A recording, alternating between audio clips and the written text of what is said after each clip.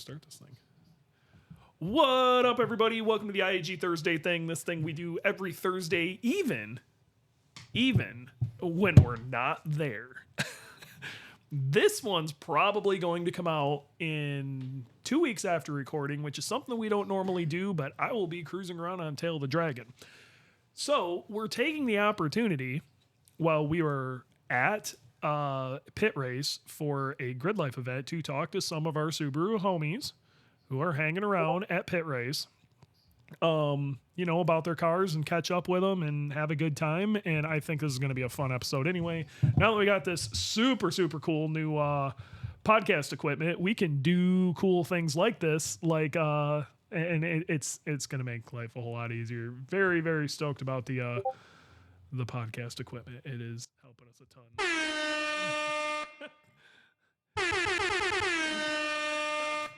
Yeah, we're gonna get in trouble with the air horns, but I love it. I'm sorry, it is what it is. But today, well, first off, just like our Mary interview, I am joined by producer Jordan this week, who's in person. I am in person. I'm a real person, I swear. Producer Jordan is here in person with us, not spiritually through the chat. Warranty, unfortunately, has had some personal stuff he had to take care of, and he wasn't going to make this event, which kind of sucks, but what are you going to do? And I'm just going to assume I talked Randy into making a thumbnail for this, even though I don't, it hasn't quite happened yet, but I'm sure like Randy's going to... in the future, like, hey, you need to make this right now. Hey. Randy's going to make us a sick thumbnail for this. Super sick. So yeah, that's what's up. There's been a couple of people I've wanted to get on this podcast for a while. One of them I have physically sitting here right now. And this is one of my my favorite cars in the Gridlife paddock, and I think it gets overlooked a ton. So hanging out here is Mr. Adam Wood from where are you from? You're right on the border of New Mexico and Colorado, right? Yeah, I live just south of Durango, Colorado. Yep. So you run GLTC. With a 93 Impreza L base model. Yep. It was a front wheel drive, automatic 2.2 liter. Good unit. That turned into a 05 STI.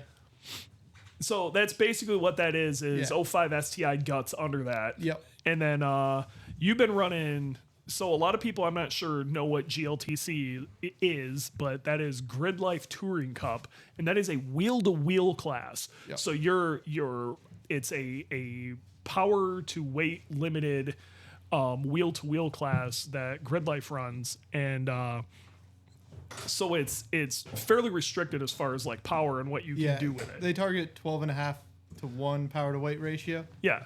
So to give you an idea, just let's chat about it here real quick. Yeah. So people kind of get the idea of what your car is, like the makeup of your car. How much does it weigh? It's typically coming off track is when they weigh us. Yeah. And it's 3,100 pounds. Is that with you in it? With me in it, hot off the track. Okay, 3,100 pounds coming off the track, probably fairly low on fuel. Yeah, after a 15, 20-minute session. Okay. So fairly low on fuel, 3,100 pounds. Yeah. How much horsepower does it make? 235. Well, 234.8. Yes. So not quite 235. Not quite. Okay.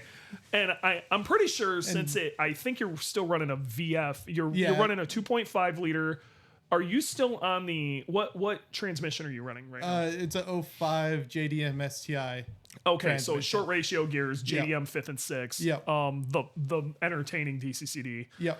And so you're talking 230 horse, 235, 234 point whatever horsepower. Yeah. And you're probably making a significant amount more torque, even though I think you have detuned that a little bit. We'll chat about that here in a sec. So, and what tire are you allowed to run? So they base the tire on your weight, like the width tire. Sure. So I'm on a 275 40/18. 275 30 35/18. Okay, 275 35/18. Yeah. like 200 tread wear tire, yeah, right? 200 tread wear. Yeah, they don't allow you to run like a Hoosier or anything like that. Yeah, there's a anymore. list of like 12 tires that they allow you to run. And they're all 200 tread wear. Like Falcon 660s or Kumo V730s, which are the ones I like. I'm pretty sure like the really bleeding edge 200 tread wear tires have been outlawed. So the AO52s and the RE71s. RE71 RSs. Yeah. I'm sure these new Hoosiers. Yeah, the Nanking CRS. Yeah. Yep. And then there's like the Nexon. Yeah. But you have a 3% penalty. So you have to make 3% less power. So you're allowed to run the Nexon, but you eat 3%? Yep. And that's how the whole class is kind of set up as far as percentages. You kind of give and take. Yep.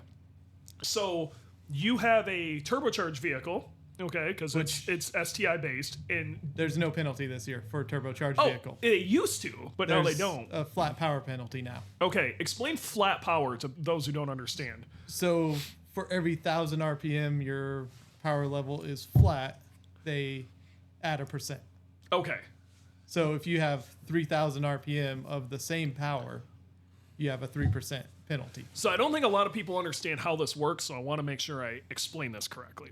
Now, with a turbocharged vehicle, what you can do is do some fun stuff with boost. You can actually do this with an NA car too, but you can you want to make your 234.8 horsepower. Yeah. You want to make as much of that 234.8 horsepower as you can. For as long as you can. For as long as you can. So what you're going to do is you're going to get that turbo to spool up as early as you can. Yeah. And then try to make it as flat as possible. Like this is the idea, and just chop it off. So you'll make a bunch of torque really early on. The way horsepower is calculated, your torque is going to fall like crazy because you're going to pull timing and boost and anything else you can to actually get the torque to ramp down. So you just flatten the horsepower out as far as you possibly can. Yeah. So I did that initially. Yes. My car had like 400 foot-pounds of torque. Dude, that 3,000 RPM. Nuts. Now, was that how it was set up when so I'd driven this car before. Yeah. Was that how it was set up when it was at Laguna? Yep. Okay. That car was fun at Laguna. Yeah. So it had 230 horsepower for 4,000 RPM. Yeah. Like, it didn't matter what RPM you were, you're in power. But also during that time period, when you had a turbocharged car, the way the rules were set up, that was just the penalty you took. And then you got to manipulate your power band any way you wanted. And then they took that away. So it actually probably behooved you to chill the torque out. Yep. And make your power band look more natural. Yeah. So I have the same penalty last year as this year. Yes. Because of the rule change. Okay. So. And you guys don't have any like turbo or inlet restrictions or anything like that. It's just don't manipulate your power band. Make the power that you need to for whatever weight you're at. Yeah, like that's really it. You have to actually like submit dynograph. Sure. Well, it's actually kind of hard for you too. Yeah. I know there's a little drama with your car because they can't stick your car on the 2-wheel drive dyno that they have here. Yeah, but they do put aim solos in it regularly. Sure. Yeah, and I'm sure your car actually probably gets a little more targeted just to make sure it's not out accelerating or whatever. Yeah. I'm very interested to see what happens this weekend because I also got to drive your car this weekend, and I think you have a weapon. Your car is a riot to drive on this track. We're at a pit race, and it's really curvy. There's a lot of like blind hills, off camber, slow speed stuff. That torque helps a lot, and there's a really good dig corner. There's an extraordinarily good dig corner. Yeah. So I'm what the hell am I hearing outside? Sounds like a generator struggling. Yeah, well, there's something going on outside. Sounds like a generator. Oh, water pump. All right. It's It'll a be all water right. pump. We'll be all right. I thought it was I don't think the recording's picking it up at all. I thought it was recording's a definitely not generator picking it that's up. just about to run out of fuel. Yeah, well, it also, like, from my half-deaf sound, I was like, we're about to get abducted by aliens or something. Like, womp, womp. Yeah, the trailer starts lifting. You're like, oh, shit. Yeah. Yep. Yeah. So, all right. So, I think your car is going to be a weapon. Yeah, I just need to drive it. I don't think you're far off. Yeah. So you turn what time did you end up turning today? Like, what was your best time? It's like a 1:57.4 or something like that. Yeah, and then you were running. Didn't you turn a high 56 at one point? Predictive in the 56s. Oh, okay. So it was 57.4 Yeah. pretty much. So I did beat your fastest Yeah. time. You beat my time by a tenth. I one beat tenth. your time. Yeah. By a tenth.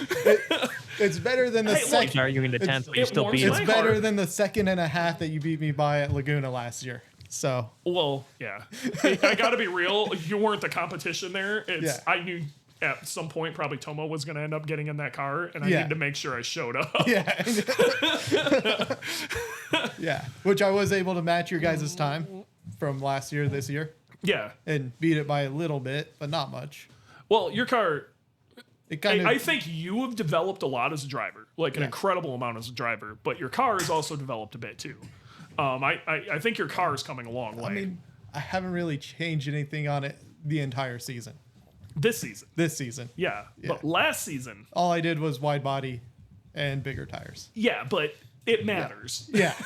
Yeah. All I did was wide because when we went out, what was it on 255s? Yeah. Yeah, you're on a 275 now. Yep. Yeah, But it matters. but I don't think it's actually any faster over one lap. I think it's more. I'll agree with It's that. faster over a race I think it's definitely faster over a and race. more consistent. Your car is bonkers fun to drive. So I hopped out of Jerami Bailey's car. I'm pretty sure we're going to talk to him later. But I hopped out of Jerami Bailey's BRZ. So it was an NA BRZ where you have to literally bounce off of red line to get everything you want out of that. Hop directly into your car.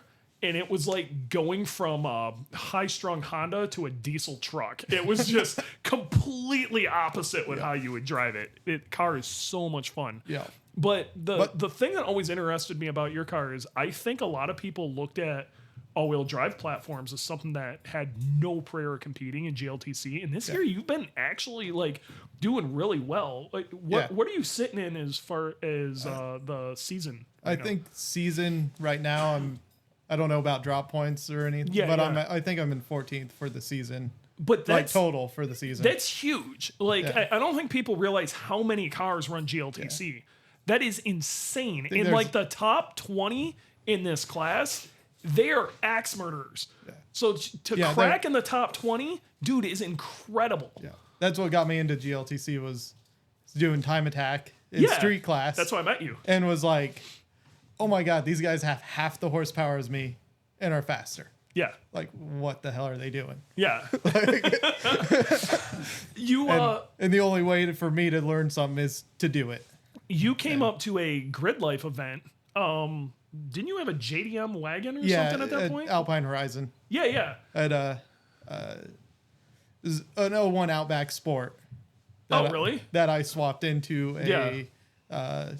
basically a 06 JDM STI. Okay. Everything or 05, Yeah. 06. Yep. And that's what half of my GLTC car is now. Because I hit a deer with that car and just It happens. pulled parts off What are you of gonna it do? for the race car. I mean, that's how all the best race cars are built. You Yeah. build them out of a car, you crashed into something. Yep. Yeah. Ask Bailey. All the best race cars are built off of a car that you've crashed into something. Track insurance is very important. We will talk about that too. Yeah, we'll get to you. Yeah, we're definitely going to bring you on here because that's just going to be too much fun. But yeah, that car is, again, a really fun car to drive. Yeah. No. Dude, your car is ridiculous, stupid fun to drive. Yeah. I think in some cases, especially when there's like lots of longer straights, and I think weight comes into play on like I don't think your car is really set up well for high minimum speed tracks. Something like Lime Rock, I don't think your car is going to do great at. I'm not saying that you didn't Yeah. do okay at Lime Rock. I've never been to Lime Rock. I don't think your car is going to Yeah. do great at Lime Rock because the minimum There's no speed dig out there. of corners. There's no corner for dig. Yeah. And I think a balanced rear-wheel drive car or just a really, really lightweight car in general is going to do very good there. I think Gingerman's probably a really good track example of what might work out for you. Yeah, that was this year. I did pretty good there. Yeah. What'd you end up doing there? I ended the weekend, I think, in like 17th. Yeah. But the best finish I had was 12th. Oh, nice. Yeah, ain't bad. Yeah. Yeah. And What then- kind of times were you running there? Do It you was remember? right at 140. Yeah. Like It- 140.00, like trying to get 39s, but You can't cannot quite- complain. Man, I would have got quite you a get there. sticker. Can't quite get the 39. Got to get that sub 140 Yeah. sticker. And then we had a rain race there. And because of me trying to avoid stuff, I went to the back of the pack Yeah. and then was at the back of the pack for the rain race and went from 45th to 18th That's In a- massive. in a 12-minute race. Yeah. I bet you they all-wheel had drive. no idea what was Yeah. going on as Yeah. you're just like blowing by. Yeah. Yeah. You It leaving was- 10 would have been just incredibly funny watching these Yeah. front wheel drive cars struggle. There's actually a really good.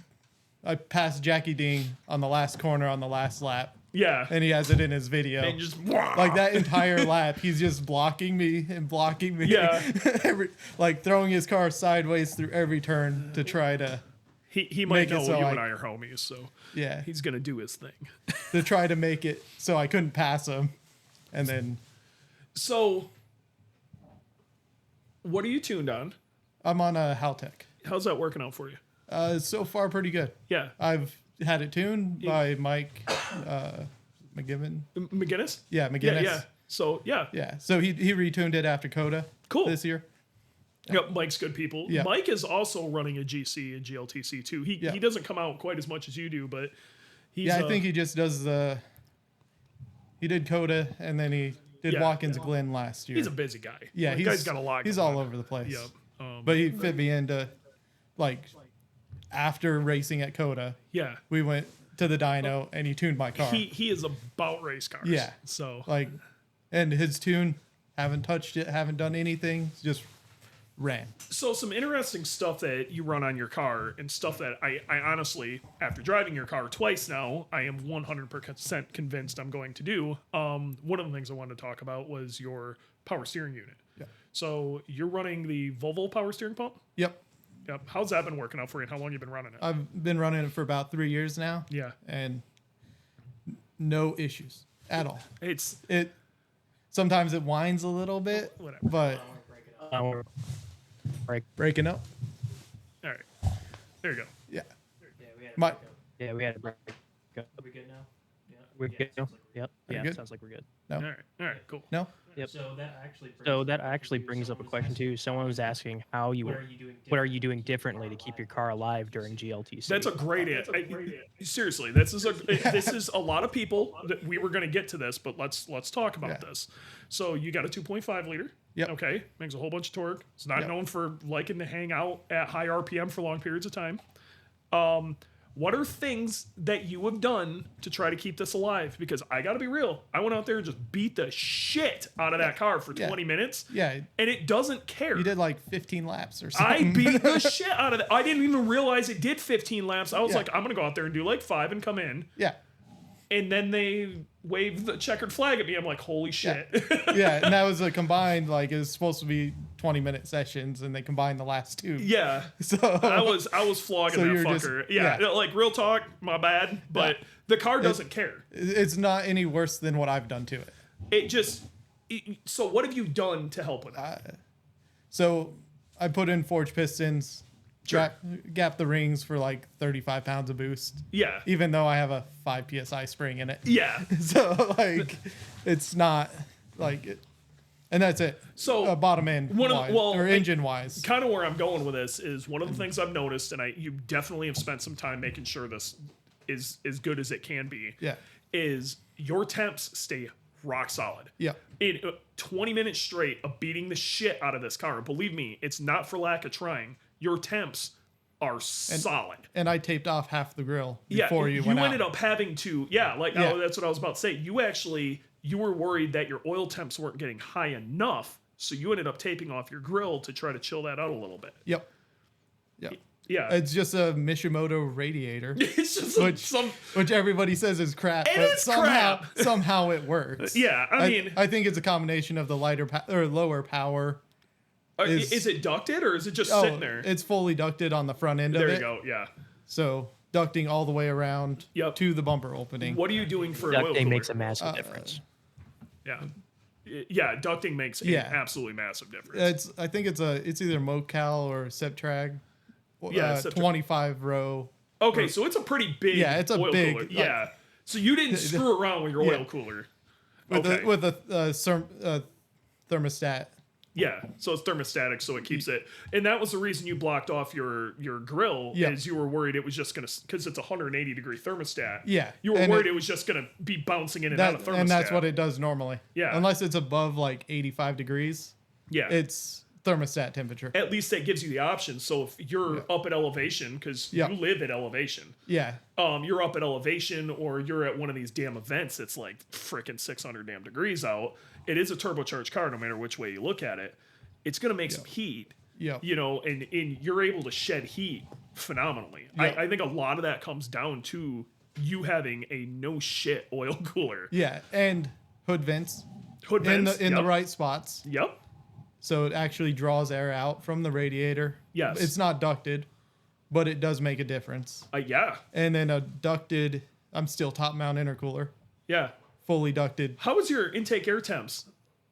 What were they? I don't know. I wasn't watching. Yeah. But obviously they weren't. They're maybe 100. Yeah, because I'm telling you, I ran my fastest laps near the end. Yeah. So, like, intake air temps weren't a problem. What intercooler are you using? An 08 STI. So just so you're using their like an widest OEM tube fin intercooler, which is there's thought to that. Yeah. You know, there's such thing if you had a bar plate on there, which acts as a incredible heat sink, and for drag racing and street use, that's fine. I think you would cook that shit doing what you do out here. And it's heavy. It's very heavy. Yeah. It's very, very heavy. Yeah, that's one of the big things was try to get weight off the nose. So no front mount, top mount. Other stuff about the car. There's some improvement stuff I think could be made as far as suspension, but this is one thing I want to bring up is while you may not be running, you know, our favorite coilovers or whatever brand that may be, that you're proof that if a well set up, maybe lesser quality coilover can beat a improperly set up nicer coilover. Yeah. Like your setup really works. It could be better. Yeah, it kind of hops in the S's. It does some weird hopping and some funny stuff. It's some basic valving stuff, but I gotta be real. Like, I've ridden way more expensive suspension that felt way worse. Yeah, I don't know how that's working. It just does. But it does. It really does. What are you running for sway bars? White line 24 mil. Just basic 24 front and rear? Yep. I'm assuming you're STI? Yeah, it's all STI. So what are you 05? So it's 5x114. So you got the bigger wheel bearings and all of that noise. Well, so the wheel hubs are actually like one's from a 14, one's from a 18, and I kind of machined it with a unibit to work with the ABS. We'll just make it work. Yeah, like Subarus are all the same. So. What are you using for ABS? 04 Forester XT. So ABS you just OEM. Are you thinking about switching to like Mike McGinnis's MK60 kit or something like that? I have an MK60. Yeah. I just haven't put it in. Yeah, it's good. Like, take it from somebody who drives a Psychopath GC. It's good. But I gotta be real. Yours works. That's the issue I have. So the car was base model, didn't have ABS. Yeah. I tried driving it in wheel to wheel and was constantly locking up the rear tire. Yes. The rear inside tire would lock up. Yep. So I couldn't brake as aggressive as I want or needed. Yep. So I had a Forester ABS system sitting on my shelf in my garage and was like, I'll just throw this in and see if it works. And it worked. So How much of a penalty do you take? 'Cause so now let's talk about your outside modifications a little bit. Okay. No, you have fender flares to cover your giant wheels. Yeah, So you've got some 22B-esque fender flares. Yeah, 22B or Quote. Yeah, quote. There's no camera, but quote marks. Air quote 22B. Yeah. But you're running some decently wide wheels and tires. We already know that. What are you doing as far as aero, and what kind of penalties do you take due to that? Yeah, so I have a gigantic wing that I'm borrowing from a friend. Yeah. that had it, that isn't using it, and Sure. said I could use it until he needs it. Screw it, why not? It's a 9 lives wing Yeah. for a GD STI. Mm-hmm. And it apparently fits on a GC. Well, there you go. You heard it here. Like, literally just bolted it on. I know what we need. We need the more you know, Yeah. like sound effect. Yeah. Oh Yes. my god, yeah. Yeah, like from like the radio game or whatever. Yes. Subarus, more they're you all know. the same. Yes. So Yeah. you So I take a 3% penalty for the wing. so you're eating a 3% penalty for the wing. Yeah. You got a front air dam. You don't take Yeah. a penalty for that though, No, right? no penalty for the air dam. Now I'm gonna just throw this out here. I truly believe that your car makes enough mechanical grip that it would be worth having the 3% power. I initially set the car up to be that. Yeah. No rear wing. Now, would you take the same penalty if you put like an OEM STI wing on it or something like that? An OEM GC style wing? Do not know. We should look into that. Because it goes by square inches of the rear wing area. Yeah. So, What if we got you like I don't know. S201 wing? yeah, I mean, it'd look a little. it'd look wonky, but I think it would work. Yeah. I always Yeah. wondered about that. But I I don't think you need I think you take a penalty just based on on the the size, size of it. Yeah. Not if it's an OEM or if it's Or if it even works. if it's functional. yeah. Which is kind of crazy, yeah, because those would not put nearly Yeah. as much And- downforce as yours. Yeah, and this wing, it's way too big, Yeah. and I have it like actually negative angle. Yeah. Like So if you were to it's just there to keep the snap oversteer on high speeds calm down. I gotta be real. That's- DCCD, I think, is calming your shit down. I don't think you need it. That's my 2 cents. Have you now? You take less of a penalty for a spoiler. So like, if you were to like make a flatter style spoiler, kind of Yeah, like James you- Houghton runs on his TSX. Yeah, or which is whatever. a 0. Like he doesn't take any penalty for that. Why have we not built that for your car yet? I don't think it'd be effective. I With think the you're right. Deepness Just of the rear wing or rear windshield or window. that's fair. And the height. Now that you're I don't saying think that, it's like yeah, I don't think it's in enough air for it Yeah. to really make a difference. yeah. It might make That's a fair. little, but Not enough for the amount Yeah. of engineering effort Yeah. it would take, or the drag penalty that you would end up having Yeah. on like Road America. Road America specifically, I think you should get rid of it. yeah, Road America last year, You didn't go this year, did you? yeah, I didn't go. There's no Okay. point for me to even show up. Yeah. Last year I was like going down the straights at like 126, getting past my Corvettes going 135. Like Yeah. I mean, unfortunately, like I can't I I can't love- make that up in the turns. I love Like 90s shitbox with Yeah. 4 struts and you're rowing your own gears and but they didn't design that car to be aerodynamic. Grandma don't give a shit about aerodynamics. Yeah, it's to not. Go, yeah. It's not aerodynamic at all. No, so like high speeds, you've got the torque, Yeah. but you're pushing a wall of air.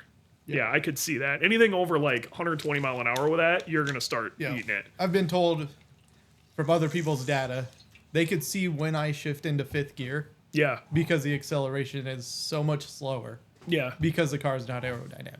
yeah. Like And it's a wall. And Yeah. then you also on Road America, you have to think about anybody who's behind you. You're Oh, yeah. making a huge draft area for them to drive in, Yep. so they're gonna pass you, no problem. yeah. Yeah, so that ain't gonna work. Yeah, the fastest I've been in that car was at Willow Springs, and there was like a 50-mile-an-hour tailwind. Yeah, and you're just like, And I'm yeah. like, man, this is what it feels like to drive fast. yeah. So, I think this weekend and I said this earlier, but I think this weekend, I think you are going to have this track suits your car better than any other track on the entire calendar. What do you say to that? Are you kind of excited about this weekend? This is the first time you've been here, right? Yeah, I've never been here before. Yeah. Kind of nervous a little bit about the starts, like always in GLTC. Yeah. They could be a little hairy. A little chaos. Yeah. Yeah. And then it looks like for most people, it's going to be very hard to pass anybody. I don't think it's going to be hard for you to pass people if you can capitalize on the right spots. Yeah. And the problem I think you have is you're very nice. Yeah, that's the issue I have. Yeah. And I've been told that. Yeah. Like, I'm like, oh, I'll give them some room. And they're like, why did you move over? Yeah. Like, bruh. Like, you even apologized to Jerami Baileys today for he's like, dude. Yeah. I'm like, you went in the grass behind me. Yeah. So I think your car is going to have some massive advantages on the gulch area back there where it dips really deep and it's a little off camber. And then the last turn. And then the last turn, which is really tight. I want to see some big passes. Like, I'm going to be really pissed if I don't hear dude, I caught 4 cars. Yeah. and then the other thing with my car is braking.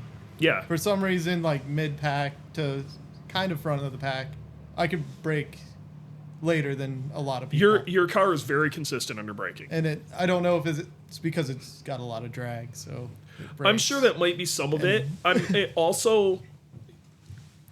I know I like to say all-wheel drive doesn't help you with braking; it only helps you accelerate. But the reality of it is engine braking is real, and if you're using it correctly, it can help slow the car down. Yeah, I don't like. And you also have 275 fucking tires under that thing. Yeah. So yeah, they're no shit. Yeah. People were like, "Oh, I'm braking at the 2," and I'm like, doing it at the 1.5, like coming off the throttle. Okay. There's one part where I'm upshifting in the braking zone. Well, they're really worried about looping it in the next corner, and you're not. Your car has traction because it's all-wheel drive. Yep. It has traction in places that other cars just don't. It was a night and day difference from driving your car versus Jerami Bailey's car that I was driving earlier. It was don't get me wrong, his car is faster in certain areas than yours just due to its natural balance.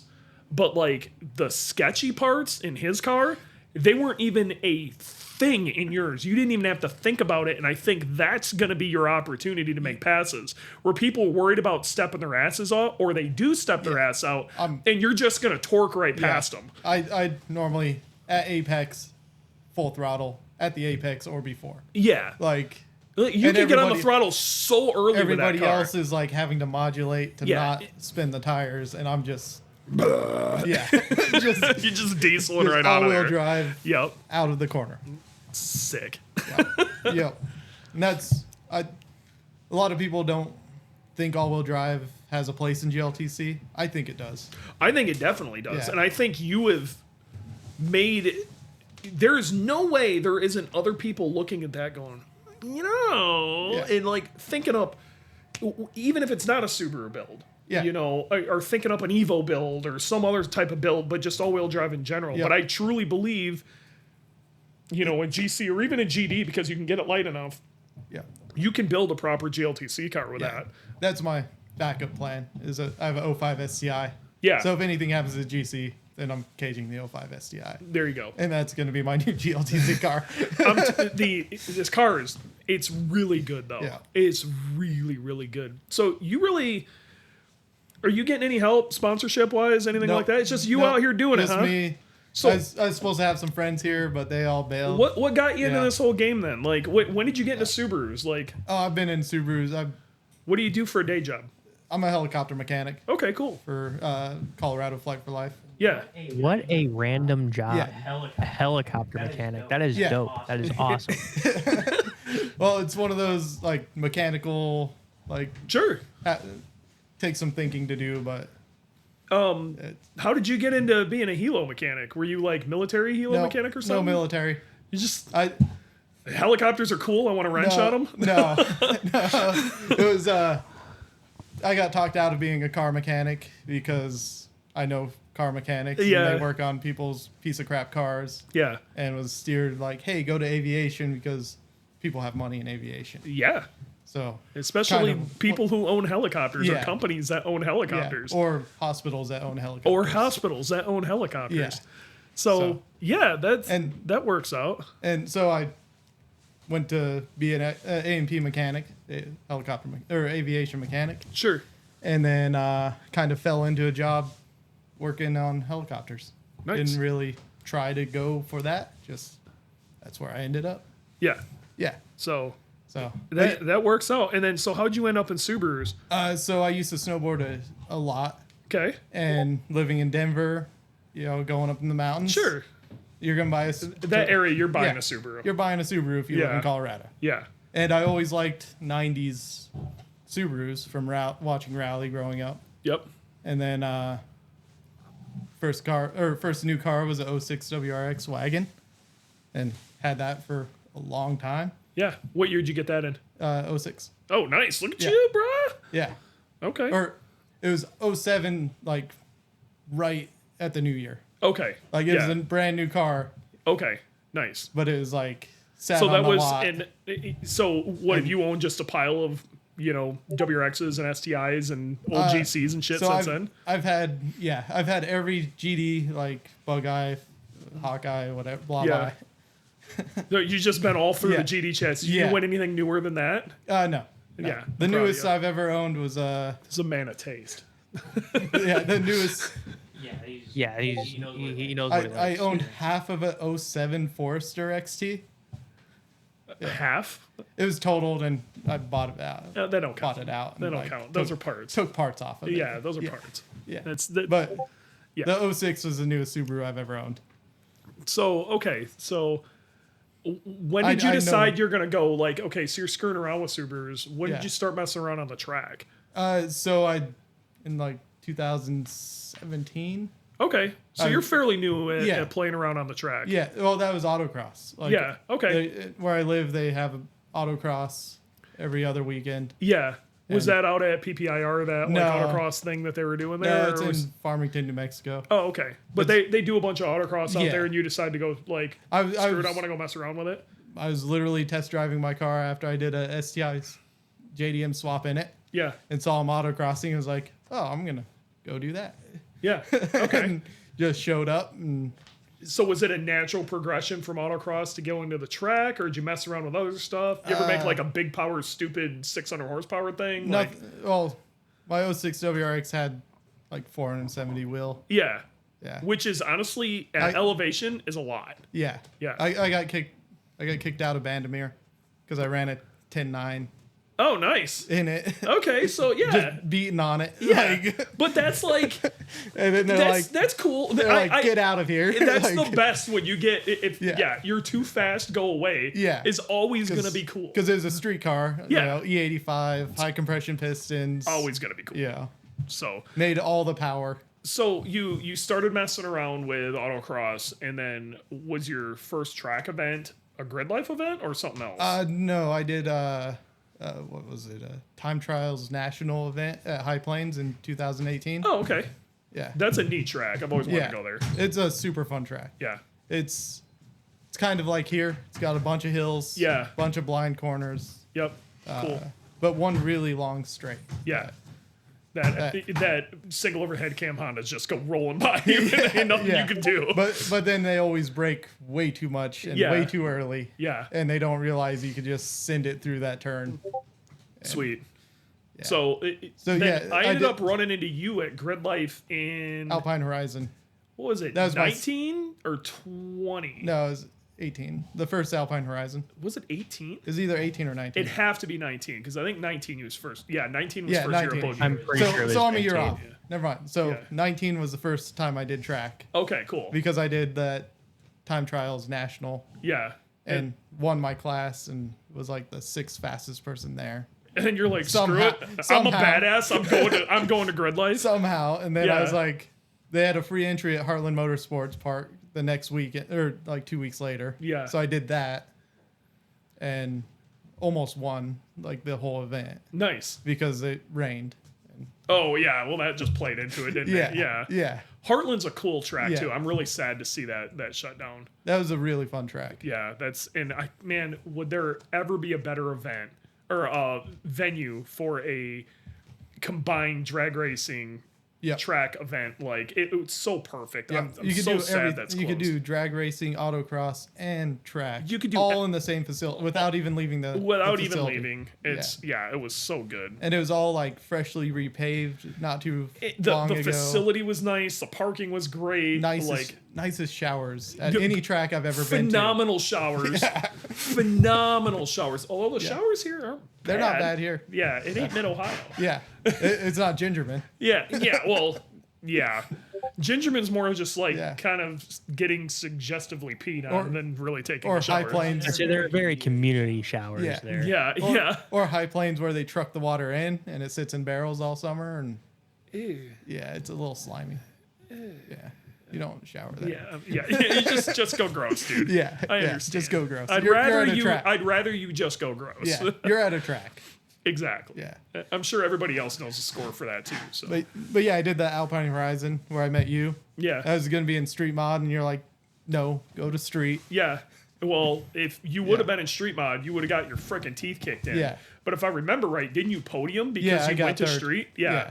There was some pissed off people. Yeah. Because they're like, who is this guy? Yeah, I just Like, showed up. Spaz actually was fuming. Yeah, I beat him. I kicked him off the podium. Yeah, at that he was event. not happy about that. Yeah. Because he's like, why did you dump him down? I'm like, because he was in the wrong class. This is a stock. How about drive Science. faster? Yeah, this is a stock JDM drivetrain and Yeah. an Outback Sport. Nothing makes me feel better than seeing an Evo get kicked off a podium. Yeah, So, yeah. Subaru's Master Race. yeah. So that kind of started it. It was like, hey, I'm actually have some skill in this. Yeah. So let's continue. Yep.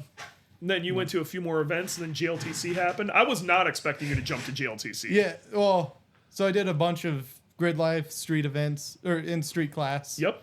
And then I also did Global Time Attack. Yeah.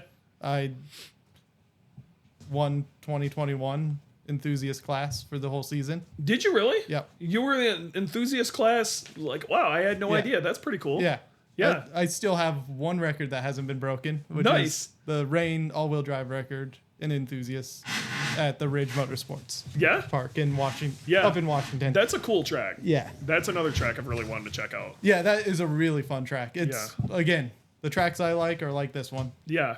Blind turns. Blind turns, lots real of sketchy. elevation. The rear-wheel Yeah. drive cars are all freaking Yeah. out because they're afraid they're going to smash shit. Front-wheel drive guys are understeering everywhere. Yep. Yep. Good stuff. Yeah. So yeah, that and I don't even know how I won that season. Like I did 2 events. I went to the Ridge and rode Atlanta. Either way, you won. 2021 enthusiasts by doing 2 events. Yeah. Yeah. But I mean, you still won it. I still won it. Did you get a cool trophy?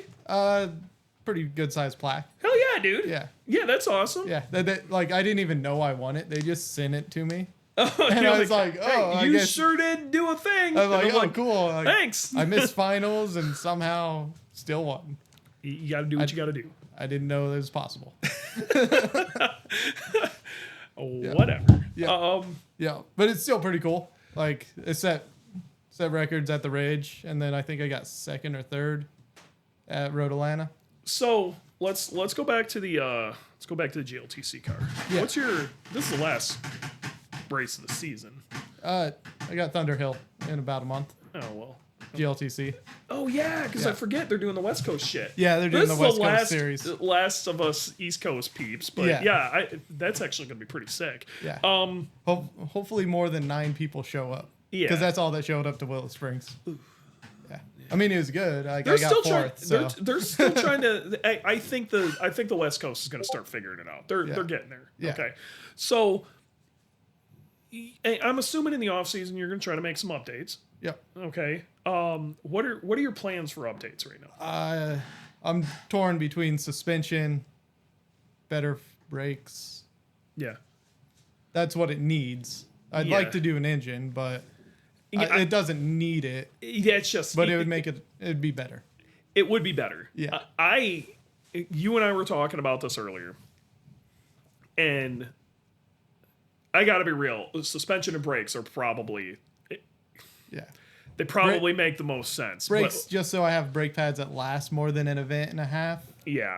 I think we might have an answer for that. Yeah. And okay. Then, we'll have a conversation about that. And then the 8-year-old BC that I'm on. Literally some crust boy BCs. Yeah, that I won Global Time Attack on. Yeah. And so I think there's some massive improvements that can be made there. Yeah. Okay. Now possibly a steering rack, like you were saying. Yeah, I really think that would go a long way. I think a 2015 rack would be massive. And I need to drive a car that has one. I put you in mind, but it's just Looney Tunes. Yeah. So, your car has a lot of power, and yes, it does. I don't want to do something stupid. It's real easy to do dumb things in that car, but it was because I went from a 07 STI rack, which is basically the same steering rack, to a 15 rack, and it changed everything. Yeah. So I'd highly recommend that for your car. But we were talking about engine, and normally, for a normal person who would be putting this together, I don't recommend a D-stroker for anybody who isn't going to be making a pretty significant amount of horsepower with a fairly large turbo. But in your case, since it would allow you to hang in the gear longer, and you don't really need to make more horsepower, it's not that more horsepower isn't the goal. It's more of the same horsepower. Removing shifts. Yes. Yeah. I think that might be an answer for you. Yeah. I think it really could be an answer for you. Yep. So I'm debating on either trying the D-stroker or going back to a 2-liter. I don't think the 2 liters. I don't think the 2 liters the answer. To 207. I just don't think it's the answer. Yeah. I think you are in between a 2.5 and keeping all that glorious damn torque. Yeah. Or the D-stroker, which you're already kind of artificially reducing torque right now to not get nailed with that massive penalty of manipulating your power band. That if you're artificially doing it already, you could naturally kind of do it. Yeah. And then gain the revs. Yeah. That's a tough one. Yeah, it's a tough one because I gain 1% if I go to a 2-liter. So I could add 1% more power. Yeah, but how much is a percent worth? It's what, 3 horsepower? No. Get rid of your fucking wing. Yeah, 2.5 horsepower. Get rid of your wing and get 3%. Yeah. Get rid of your damn wing. So we're still breaking up? I don't know. Nah, I think we're good now. Yeah, I like the wing. It makes it look like a race car. No. No, you need a livery. Yeah. We need to find you a suspension sponsor and somebody to sponsor you a sick wrap. Yeah. When it didn't have a wing on it, everybody would ask me why I was towing a 90 Subaru. They didn't realize it was a race car. Yeah. Yeah, whatever. Yeah. Fuck them. Yeah. People who knew know. Yeah. But if you put a sick wrap on it with cool numbers and some sponsors and cool shit, then it's a race car again. Yeah. See? And then that solves that problem, and then you get your percentage back. I think that's the right answer. That's my 2 cents. So. Yeah. Well, I haven't driven without the wing in 2 years, and I need to try it out. Not a. Jesus, that's loud as shit. All right, we'll give it a second for whatever the fuck that is to get the fuck out of the way. You're not picking it up. Yeah, we are. No. I'm listening to you. All right. Are we seriously not picking that up? No. No, it only kind of chirps in whenever you guys kind of talk. That's wild. That's Yeah, I bet you. I bet if I That's some unmute- incredible I bet if I shit. unmute, Yeah. we can hear it. Oh, His car, of course. And then the he car, drives away. And then it drives away. Yeah. I don't know. Is it a Porsche over there or something? That sounds very Porsche. yeah, it sounds like a Porsche. It's a Porsche. Yeah. It's It's a black. I don't remember what it's like, a Cayman or something like that. I don't know. So either way, But yeah, I'm not opposed to taking the wing off and trying it. It's just I think it's worth. I don't want to do it big changes in a race weekend. No. So, Don't do it in a race weekend. Yeah. Have you ever thought about, and I know it gets pricey, but I really think your car would gain from it too, drop knuckles? I've thought about it, but with the tires I have right now, I can't go any lower anyways. Where there's a will, there's a way. Have you seen Eric Catil's fucking Civic? Oh, I tubbed the front of my car already, and I didn't tub it high enough. That's what Sawzalls are for. Yeah. But it just seems like a lot of wasted effort to just cut the tubs I just put in out. Suspension geometry is not wasted. Yeah. If Mr. Catil can do it on an old shit Civic, we can do it on an old shit Subaru. And then I'd have to do front and rear. And I have to tub the rear also. Which you already have rubby problems in the rear. Yeah. So then what are we talking about here? The time to do it. Yeah, well, you know what? Yeah. It's worth it. I literally put the wide body kit a week before COTA. Really? I cut it out, put the wide body kit, made it work for the tires I had, and then threw some white wrap on it and drove to COTA. Love it.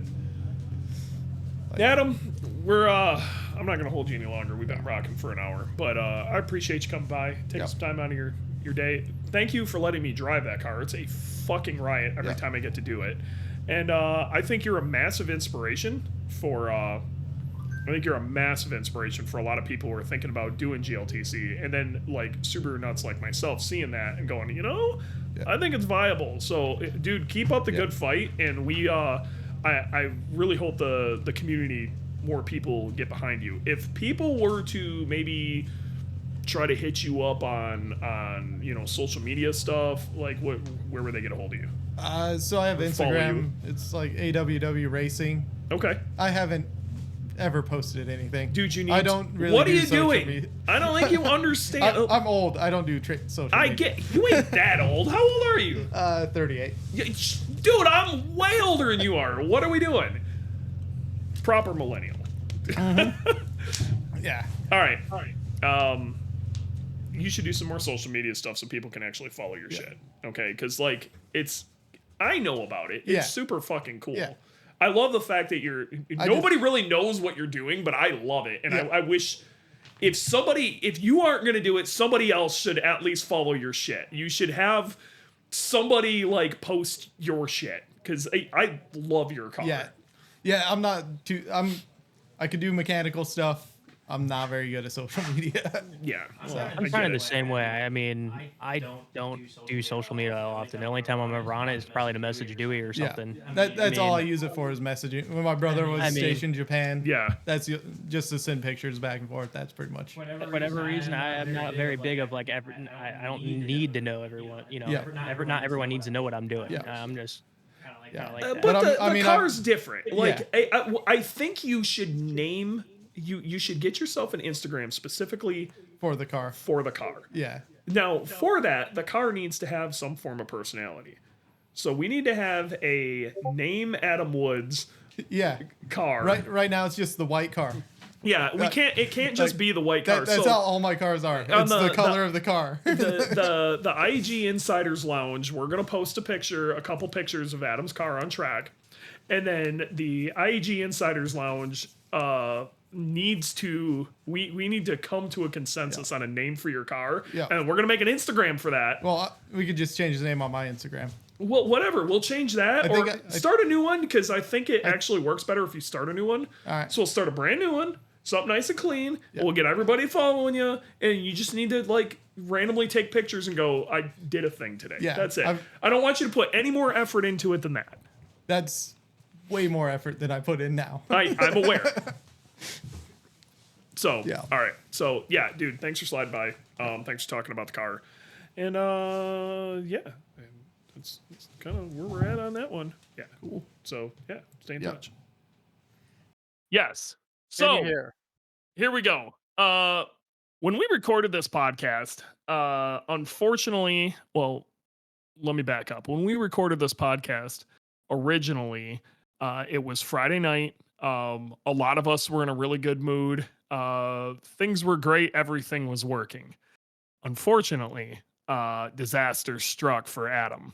And I kind of want to walk through what happened with Adam just because I know people are going to want to update after what happened with Adam, and I want to make sure you hear it from him and in clear words and what the situation was, exactly what happened.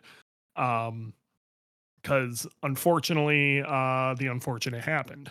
So we brought back Adam to kind of explain this in his own words, and we're going to chat real quick. We ain't going to go on for too long, but I just wanted Adam to be able to, say his piece of what happened. So Adam, welcome back to the show. Yep. What happened Saturday morning? Oh, Saturday morning, put new brake pads in the car, bed them in, and car worked normal for the first 2 practices of the day. And then, I don't know. What do you want me to So, tell? long story short, I'll explain to I'll just say what we saw from the outside or heard. You went into essentially the last major corner on the track. Yeah, during And, qualifying. So that was in qualifying, right? Yep, at the end of the day. You went in hard. Okay, so that was at the end of the day. So you went Yep. hard into the brakes. In on the last corner, after the car had felt good pretty much the whole day, you went to hit the brakes. The pedal was rock hard and you weren't stopping. You went to hit the brakes again, pedal was rock hard and you weren't stopping.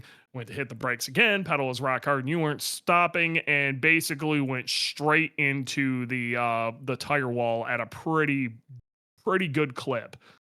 Yeah, so it was qualifying. I was behind some How slower accurate cars. is that? That's pretty accurate. I was behind some slower cars. They just pointed me by. I wasn't like on a hot lap. I actually braked an entire brake marker early and had no brakes essentially. I slowed from like 122 when I hit the brakes to 110 when I went off the track, and got it down to 70 by the time I hit the wall by going from 6th to 4th downshift. So engine braking was about the only thing that saved your ass. So essentially, from the sounds of it, you went through that kink. It gets a little rough there, and I'm assuming when I was driving your car, you could pretty handily brake after that kink. Yep. You went into the brakes, and it was a rock. Yep. I was braking at like the 1.5. And Yeah. on that lap, I braked at the 2.5, almost 3. And just nothing, like just rock hard pedal, pumped it 3 times, never came back. So you hit pretty hard. First off, how are you? Oh, I'm fine. Okay. You were a little sore that night and the next day. Not really. My ankle was a little sore because I was kind of standing on the pedal when I hit the wall, but Yeah. other than that, I was pretty much fine. Okay. How's the car? I don't exactly know how bad it is. It's still sitting in the trailer.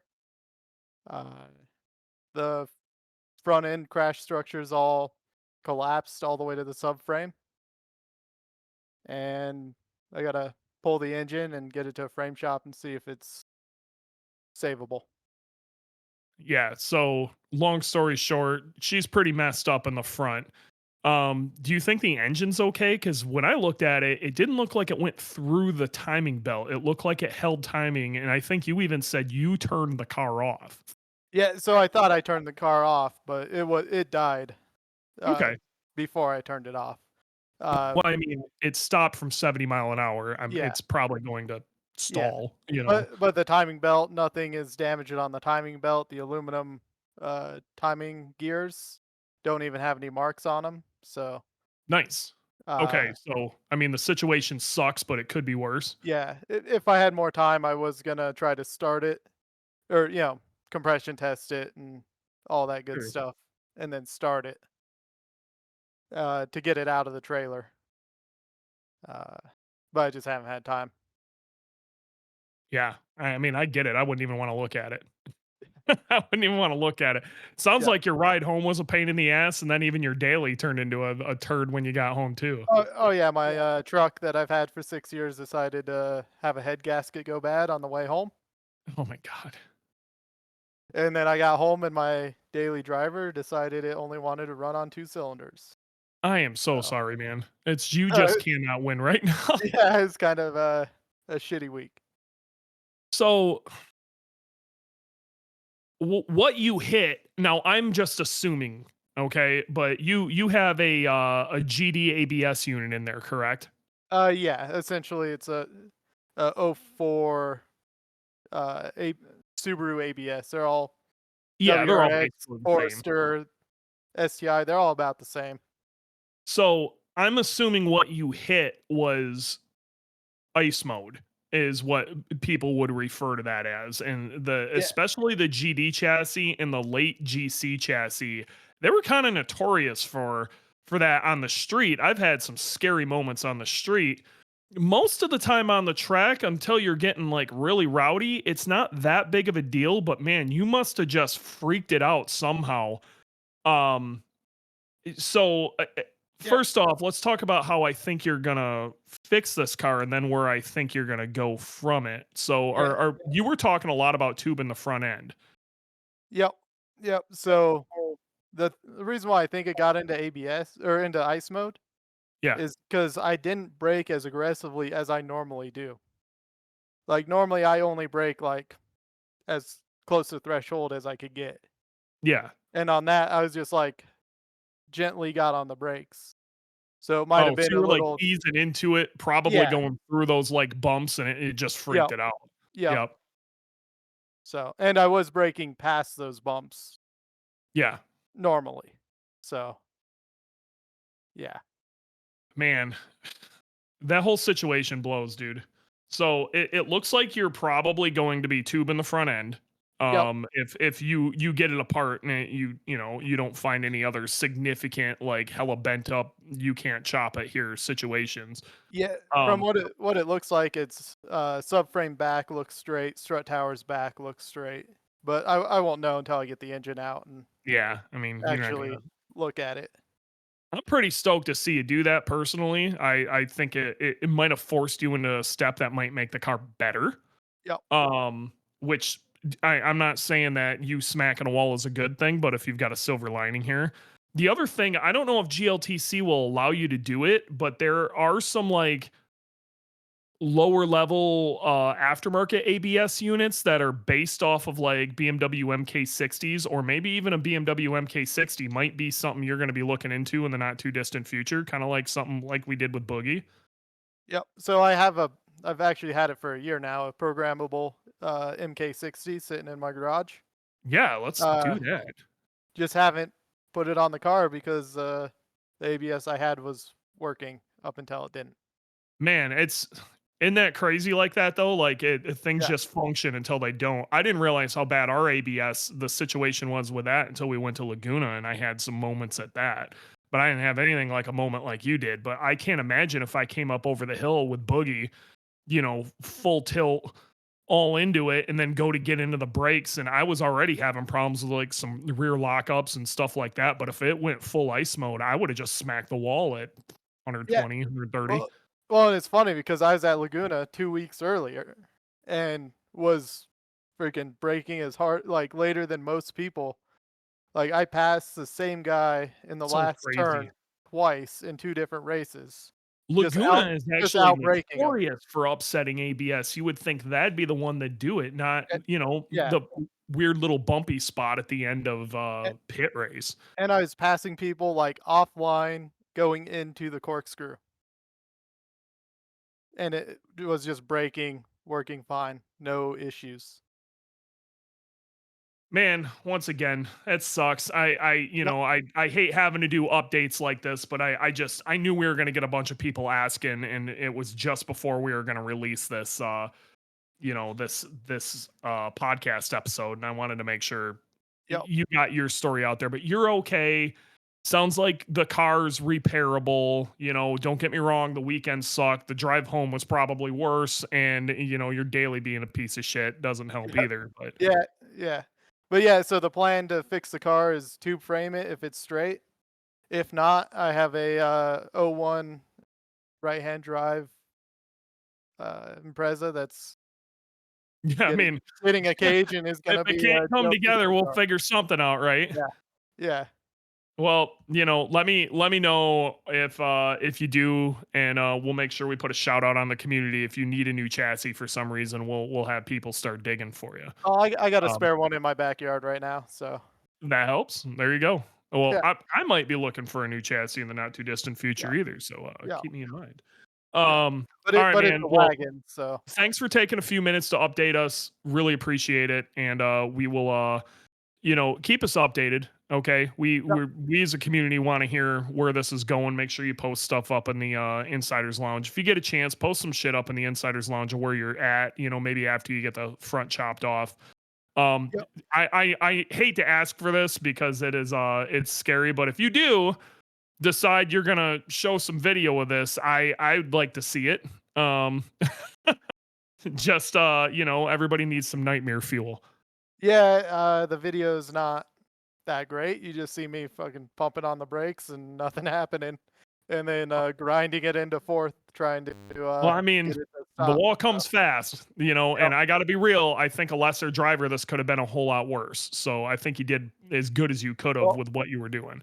Well, and luckily I'm not the only one that's hit the wall in that area because they did. Yeah. It's 3 tire walls thick, spaced by car length. Yeah. So So- you had a whole bunch of stuff to go into. I bet you they Yeah. were taking a while to bury you or dig Well, you out of that. I went through the first and it kind of wrapped around the car, and then I went into the second. So Well, all right, boss. Thanks for taking time out of your day and giving us a call, and let us know how it turns out. Okay. yep, will do. All right. Thanks, Adam. Yep. We're gonna do this. Welcome to part 2 of the track special that we're doing at Pit Race. We're gonna do a quick hangout with. I absolutely hate calling this turd head my best friend, but he is. No. You make me feel good. Oh, shut up. I'm gonna cry. Yeah. Well, I mean, you were my best man. I was your best man. And No, I mean you. Yeah. yeah. I just and Best men. best men's. I was there. I think I was there when you got the first WRX you had. Like we've Yeah. been in this the whole time. Yeah, like Some old since- lady. It was like some old lady in I've known you since before I got for real into cars. Newport. Is that where that was? No, Over no, there by you're the thinking river? about my Del Sol. That might be You what I'm went thinking with me about. to get my Del That might be Sol. what I'm talking about. Yes. Way And I more went with fun. you to get your fucking your Firebird that you Yeah, that drove was right around in in. Middletown. I love Yeah. that car. I missed that car. That I was want a- another one of those. That was, you know what? We had some good times. Yeah, that thing. that was a It good was car. slower in balls, but it was a Yeah, good time. It was an '89 Firebird. They weren't. It was fast in '89. No, that was it. Yeah. No, it wasn't. Yeah, we had some good times. Nothing was fast in '89. So either way, let's introduce you here real quick. What's your name? I am Jerami Bailey, or Bales, or Juice. Orange Juice. Orange Yes. Juice. Yes. My if you play a gamer tag. gamer tag. You drive a what year's your It's a BRZ? 2013. Okay. This one currently is an FRS, Well, it's got a BRZ but front end. they're all the same. There's What's the- nothing left that you could identify that No. between a BRZ or No. FRS. No, I dare you to find proof that that's a FRS without looking at the VIN and doing math or however you figure that out.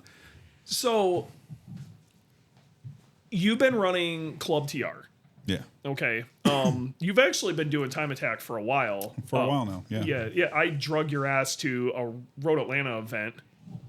And then we were doing some, shenanigans track stuff. And then I'm like, I'm going to do Time Attack next year. That's when, right after you first got your BRZ, your original BRZ. Yeah. Yeah. We had a 2013 I bought new. Dude, I love that car. Great car. That was the first BRZ I ever got to drive was yours. And it's, the normal progression, coils and tires, coils and wheels and wide tires and go to the track. Yep. And yeah, I don't know, I guess we're coming down to Gridlife's first road Atlanta event. You're like, this group, Gridlife, is awesome. You need to come try this out.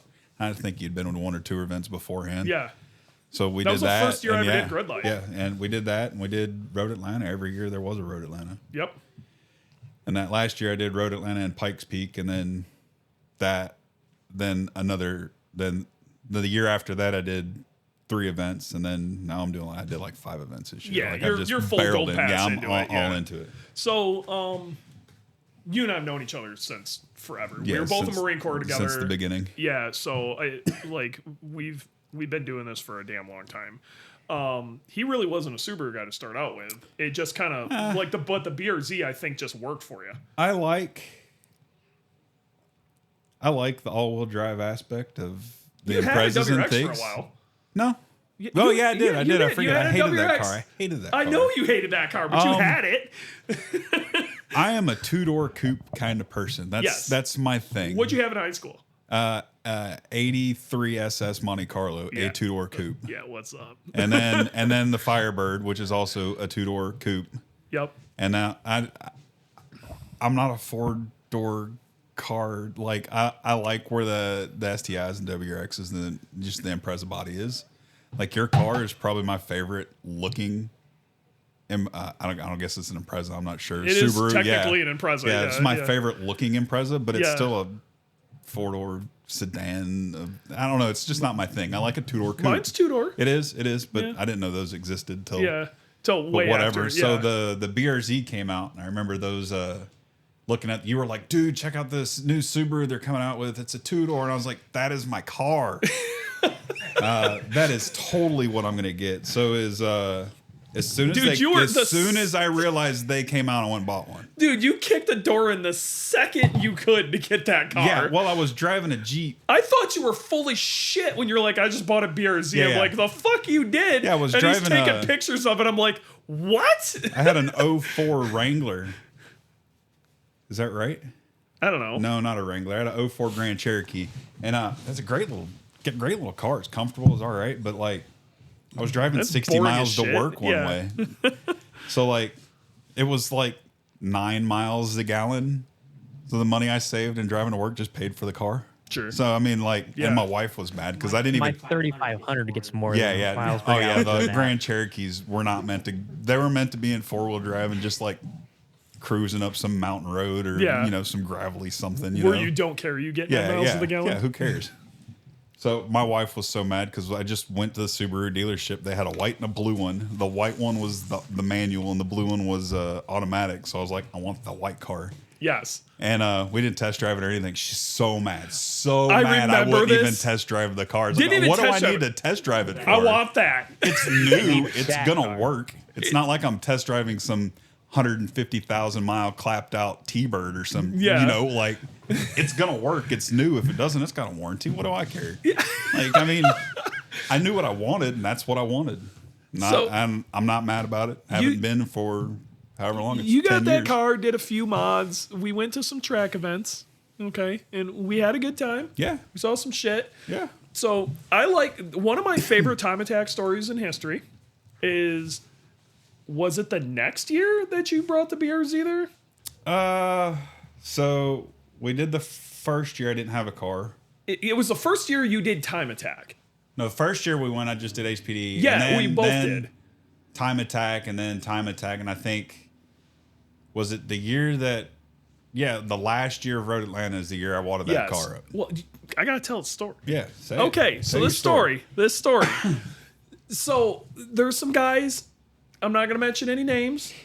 A lot of shit talking online about the NA BRZ record around Road Atlanta. Okay, So silly. it was so stupid. But either way, Bailey shows up in essentially a BRZ with what? Intake and exhaust. It was and a tune. Intake, exhaust, and tune. I think it was some on E. Some basic Had, coilovers and in fixed some seats, bucket seat, Yep. why not? and some 200 tread wear tires. Yeah. Yeah, they were Goodrich rivals because that's where I worked. That, so why yeah, not? it made sense. So either way, he shows up with this. He goes out on his outlap. This is the very first session. Outlap, warms the car up, goes through, first lap, BRZ NA record, right off turn one wall. I want to say it was like a 140. I think that's what the fast time was. Warm up? Or? No. like cool down. Like Warm up. Yeah. No. He literally goes warm up, hot lap, which was the record, straight to the wall. Like start Yeah, finish yeah. line wall. And what completely destroys the car. yeah. Turn one. Right It was off turn one. Yeah, I went. I come into turn one. It's a right-hander. Yeah. And this was 19 because this is your one boogie. Eased out of it because I'm doing like 75. Yeah. So I'm not like it's a 90 mile an hour, 95 mile an hour turn. So I'm eased out of it because the aim said I just went really fast. So I'm like, all right, cool, I'm done. So I eased out of it, and I was really coming done. around the corner, and it didn't snap left then right. She just went around right. Something let loose on the rear right, and there she went. So Yeah. It and I smacked the wall. backed into the wall like 45 miles an The hour. thing is, it didn't even look that bad. Didn't but look that when bad. I when drove it like they came to pull me out, and they just got me out of the gravel because it was just spinning, and I drove it into the pit sideways, but I drove it. Yeah. And but it ended up tweaking the frame so rails it was pretty the bad. rear passenger corner, and it pretty much squared up on that rear passenger corner, and it just sent the I don't know, shock wave, if you want to say, Yeah. And crumpled everything from there to like the front left tire, Yeah. driver's side tire. So you pull the seat and the carpet up, it's just crumples all the way up to the front left absolutely tire. no Yeah. fixing that car, No. which sucked because No. we were like, Well, but the part of the reason it took such a hard hit, and I'm going backwards through the gravel, and you know it's slow motion. It's if you've ever been on a track and spun or done anything weird where you lose control, everything's slow motion. Like you're steering, like everything slows down, like you would see on like a TV show, you know. So I mean, I took my hands off the steering wheel, and there was nothing else I could do, and I just kind of put my head. Jesus, take the wheel. I put my head. I put my head on the back seat rest. Yeah. So it wouldn't pop it, and I just went for impact. But there's a ditch before the tire wall and Yeah. a lip. So I think the reason the impact was so hard is because I jumped something, and the whole weight of the car was in the air when it hit the corner. Yeah. And it's a tire wall, so it just bounced me right back into the gravel. Yeah. And that was that. So, you know, about an hour later, our buddy Brad, who's got a brand new poor Brad. Focus RS, also does basically the same thing. Outlap, hot lap, right to the wall, and destroys Yeah, his he- brand new Focus RS. He I don't know if he sucks. didn't brake enough for turn one or what, but he just shot off the end of turn one and almost made it to turn Dude, he three. was Almost so made close, it. but there's like this stretch of tires Just- that came out, and he just clipped barely it. clipped that tire, man. Trash that car. If he could have got that car to turn just a little bit, he would have missed it. So there was a difference between you two, though. So Brad ended up getting his car fixed, okay, but he had to do all that on his own dime. oh man, But lessons you learned. I bet he buys track insurance now. exactly. This man, I think this was this the first event you ever put track insurance on a car? I don't. Maybe. I don't know. I tell you what, Maybe that's. We'll just say yeah, sure. Yeah, it was. saved your fucking ass, Sure didn't it it? did. Sure it did. I use locked in. I keep using them now, even though they were such a hassle to deal with. But I know what to expect now, Yeah. and I like them because I don't have to list everything. I just go in there and say I want, say, $40,000 worth of coverage with a 15% deductible, and they say, all right, give me $300. Yep. And that's it. They need to know the organization and the dates and your VIN number, but it's not like I got to make a list because it's obnoxious at this point. Yep. Making a list of mods on this car. Sure. So they don't care about a like a list of mods for your car or anything Not like at that? all. They just want a total value Yeah. and the dates that you're Yeah, racing. that's Yeah, it. so- It's- And that's $300 they want for the weekend, Yeah, right? yeah. Well, different tracks are different cost. I think it was for Thursday, Friday, Saturday, and Sunday. This week it was like $298. Yeah. Oh, weird. But I've been Okay. I've been to tracks where it's like $400. So I mean, I'm sure, like Road Atlanta, which is notorious for eating cars, like I it's don't probably remember. more than say So Changerman. that's part of my problem is me and Road Atlanta have got unfinished business because I haven't been back yeah.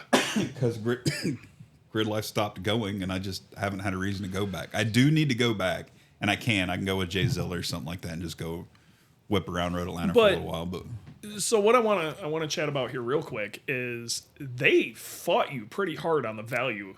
They said they were going to try to fix the car, and that was sure as hell what lessons happened. learned. I'm just like, all right, whatever. You're going to do the thing that because it's 40,000. I do 40,000 on this car. I do 40,000 because I feel like if I total the thing out, that'll get me back to where I'm at. Yeah. That I can go find a shell. I can fix whatever's broke. I can get 40 grand to get me back to where I'm at. Yep.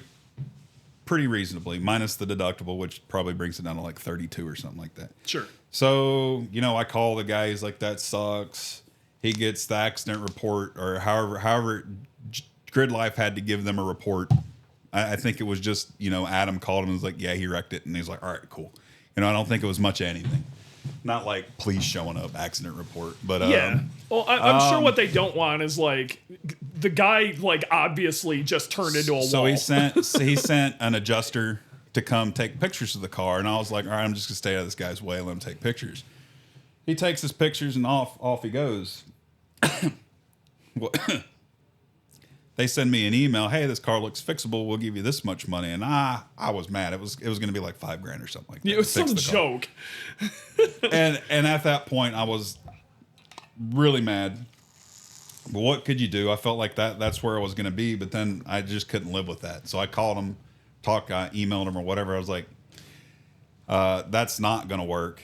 So, and we went back and forth for probably a month, and it seemed like forever. Until I'm reading through the rules and it says if we don't agree, then I can ask for arbitration. And the second I told him I'd like arbitration, he's like, whoa, hold on, guy. Let's work this out. And then like the next day I had a check for the full cost minus the deductible. Yes. So if you ever get track day insurance and they start fucking around with you. Yeah, so they're going to send an adjuster to take pictures of the car. Make sure that guy is taking pictures that are important. Yeah. I didn't babysit him. I just let him do his thing. And really what he was some college kid on a job. Know. He's doing the job for the insurance company on the side. So he come up and took pictures. Well, what I needed to have done is pulled the carpet up, pulled the seat out, and let's actually look at this thing, because they just snapped some pictures from the outside and the inside. They're like, man, that's fixable. And from the outside, sure, it looked fixable. You just just pull that dent out. You're fine. It's crunched in pretty good, but it'll pull out. But then it's never going to be right. No, never going to be right. No. That car was never going to drive straight again. No. It took a month, maybe 2 months, but we worked it out, and now I know what to expect from them. So like, I keep using them. No big deal. So. All right, you go through that, and then you pick up this new shell. Yeah. Okay, so you pick up this. Honestly, it wasn't a good looking car. Well, it was all blue. It's grabber blue. So the hood was blue. The whole thing was blue. But I have a perfectly good 2013 front end and everything's fine. So I had vented hood on the BRZ, so it's white. I put it on the blue car. Yeah. So now the blue car has got a white hood, so that looks dumb. And I think I got ducting for the radiator from whatever company had it, and they didn't send me the FRS one. They send me the BRZ one. So I was like, well, I got a BRZ clip, so I put that on the front of it. So now I got a white bumper and a white hood. Yes. So that's what the car was for a while. Which, whatever. Well, and then I supercharged it, and we ran. Well, that's what I want to talk about. So at the time, you were trying to play around in street, but you had no prayer because you were going to be up against a bunch of turbocharged cars. So you're like, so they made some changes to where Gridlife stopped doing the individual drivetrains per class and just put it all together. And that was the exact same time I put the supercharger in. And the first event, I'm like, what do you mean we're not individual drive? Because if it would have just been rear wheel drive, I would have won everything. For podiums. Yeah. So for podiums, originally, I think your first time attack, you ran in street and realized this ain't going to work. I'm going to need power. The only way I'm ever going to be... Yeah, it's because street was the only place for me. There was no TR. Club TR didn't exist. So you're like... I'm going to have to add power, so I'm going to have to go to street mod. That's right. And so street mod would have worked out if you were up against other rear-wheel drive cars. So I was in street, wrecked the car, and I was like, well, here's my chance. Let's put a supercharger in something. And we put a supercharger, made 350 wheel, and it was okay, but that's the same year they decided to quit doing drivetrains. It was the same year they quit doing drivetrains, and this is also when the arms race really kicked off. And I didn't really, so before, a fairly stock STI the mild win bolt-ons street, car, yeah. you could get it into street mod, Yeah. be a thing. Yeah. You know, good and luck like with that now. yeah, I mean Jackie Dang had a supercharged S2000. He was podiuming in street mod. You know, these things were happening, but then like the rest of us were, because of, we kind of looked at what Graham did way back in 17, and we're like, all right, we're gonna turn this fucking shit up to 11. These were the early days of Boogeyman. And When it started getting serious in Gridlife. It's when in unfortunately guys like you got ran the fuck over. Well, yeah. So if they hadn't have swapped, took the individual podiums for drivetrains out, I would have podiumed the 2 or 3 events. Yeah, I you did would have that had a year. pretty good time. I would have won everything. Like I was with the supercharger in rear wheel drive in the street or street mod, whatever. I was doing the thing, but I'm going against 350 wheel horsepower all-wheel drive. No, you were STIs going or against some- 600 yeah, horsepower. some all-wheel drive. This crap. is when we Like, all what the we crap? all stopped doing So like I wouldn't- small bolt-on shit, and If we I started had getting known- dumb. If I had known they were going to go and take away the drivetrains, like I can't compete against the monster all-wheel drive cars, but I knew where everybody in the rear-wheel drive classes were, and I thought, well, I could do this, and Yeah. I was. But it didn't matter anymore It because didn't they matter, changed the 'cause- rules. So And it was also the same time they come out with TR. Well- and I was like, God, I just put the supercharger in and we make the class they that this just car's start for. talking about this. Like what would happen before, and the reason Club TR even happened was if you showed up. You got to understand that Yeah. Gridlife is based on Hondas. Okay, Right. it all started with Hondas, and a lot of these guys had gutted Civics Just with clapped K out. series. Yeah. You know, and like basic 200 you got them shredder running street in like tires. unlimited class Well, because where they're at, they The don't fit second anywhere. they pulled their carpet, they're in track mod. They Yeah. got to go up against Swenson in a freaking crazy ass Yeah. supercharged vet, or freaking Luke McGrew in a Viper Yeah, ACR. so you got the one guy, the one case swap clapped out Honda that shows up unlimited one weekend and nobody else is there. He's like, I'm the fastest guy in the world. Yeah. And the next weekend, a 3,000 horsepower Corvette that's made of aero shows up. So either way, Club TR happened, and that class gave a place for all these quote unquote track rat cars to show up. And so you ended up going into Club TR. Yeah, so I ran the supercharger for 2 years, and then Man, I think you only ran it for my 8 fun. years. I had my fun with the super. It might have Sure. been 1 year. Yeah, I I had think my you fun only with the ran supercharger. Yeah. Took it off and went in TR. That was that. But the problem with Club TR is what you were up against at that point now. Yeah, it was established. Well, they already kind of started figuring out what the hell they were doing, and a lot of it was either it was it's all all Honda K powered. swaps. It It's was all K all K swaps. swaps. It was All K shoving a swaps. K swap and some shit. And what you were working with at that time was the FA20, which on a good day you were making 190 wheel. Dude, on a good day, and I was putting it down. Yeah. And I've been like less than the top 10 the whole time with this thing. Yeah. So I've got K's behind me and K's in front of me. I've had I know. FA24s behind me. Do you remember the Like, drama I'm- that we I'm- caused when I blew my car up and I decided to hop in yours and see Yeah, if I could turn a lap? that's right. And we ended up putting it a couple higher than we should have. I think we might have finished 4th Yeah, that weekend. Go, we made some people So, yeah, mad there was because I some- guess yeah, it there- really fucked up the Oh, yeah. season points. Yeah, and yeah. I don't think I had enough events to do a season at that point. But Yeah. that was Heartlands, I think. That was next year- Heartland, yeah. Next year is when I started doing like full on. We're doing 4 and 5 events now. Let's So try and make you- the season work. At one point, you're like, well, I can't make the power, Can't make the power. so fuck it.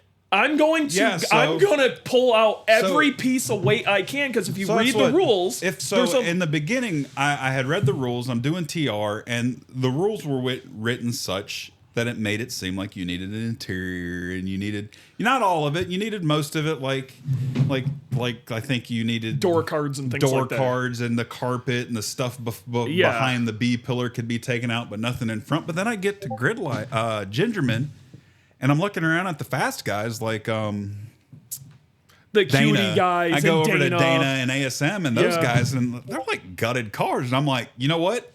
I don't care what the rules say. If they can do it, I can do it. So I'm at Gingerman. I go run a session, come back, take some crap out of the car, go run a session, come back, And in between sessions, what time I had, I was just ripping crap out of the car. Dude, I'm telling you. Dude, I left with a trailer.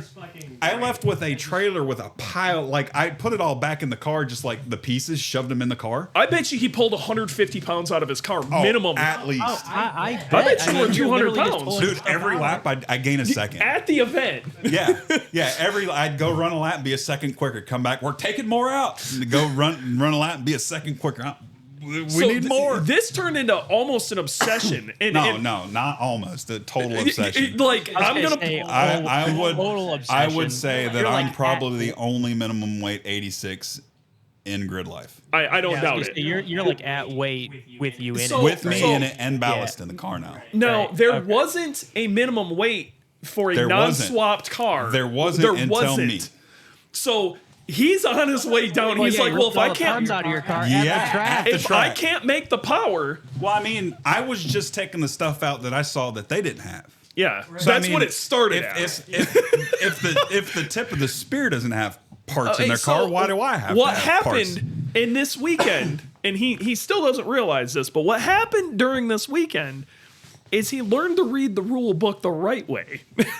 Well, yeah. You If start it doesn't say it, do it. Yeah. right. What it did say. So in the beginning of TR, it did say stuff like you had to have the carpet in these areas, and you had to have seats in these areas and stuff in these areas.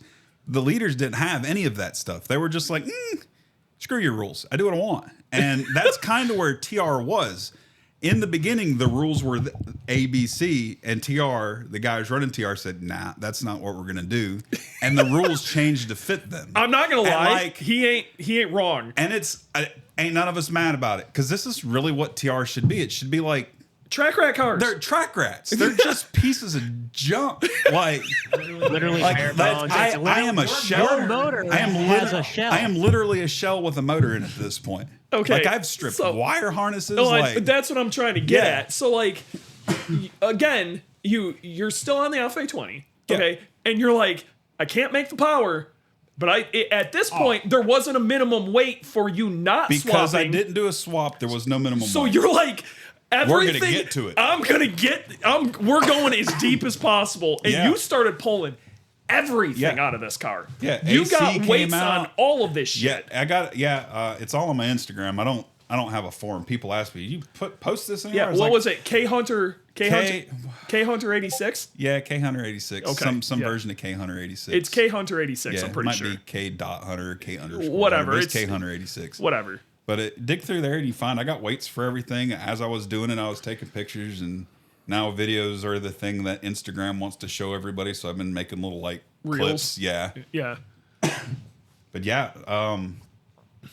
So, we you started start gutting going. the FA20, and I started getting quicker. Like, That's that one time. Like I Yeah. said, you even got fourth and fucked up some shit. Yeah. You know, I mean, and you and I. not because people didn't show up, because Dana was there. Oh, that Pete was there. That was a full. Yeah, everybody the was there. second your car started showing potential in typical Gridlife fashion, we're gonna shit on the Subaru. Yeah. So it went from. I still got Adam Wood Yeah. here. Adam Wood's gonna get shit on because you drive a Subaru. You will get shit on. It's coming. Prepare your anus. Yeah, we went from a 2550 with driver minimum weight for cars With a swap. with swaps. So if you Yes. didn't have a swap, you could have a minimum weight of theoretically 0 if you could figure that out. If you could just poke holes in Yeah. that bitch, it didn't Yeah. matter. So and at that I point, was- they didn't care what I was in the car. Hardcore going for how low I could go. And Yes. now I never made it below the 2550 with the 2-liter in it before they started making But rules. you were trying. Oh man, I was trying. You were trying Like, everything you could yeah. without having to like spend money.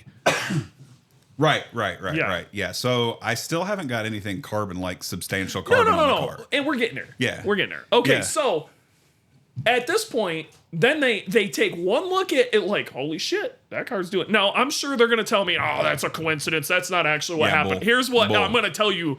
They saw the writing on the wall that if he's doing this, somebody else is going to do it. We need it. So they set a minimum weight for everybody.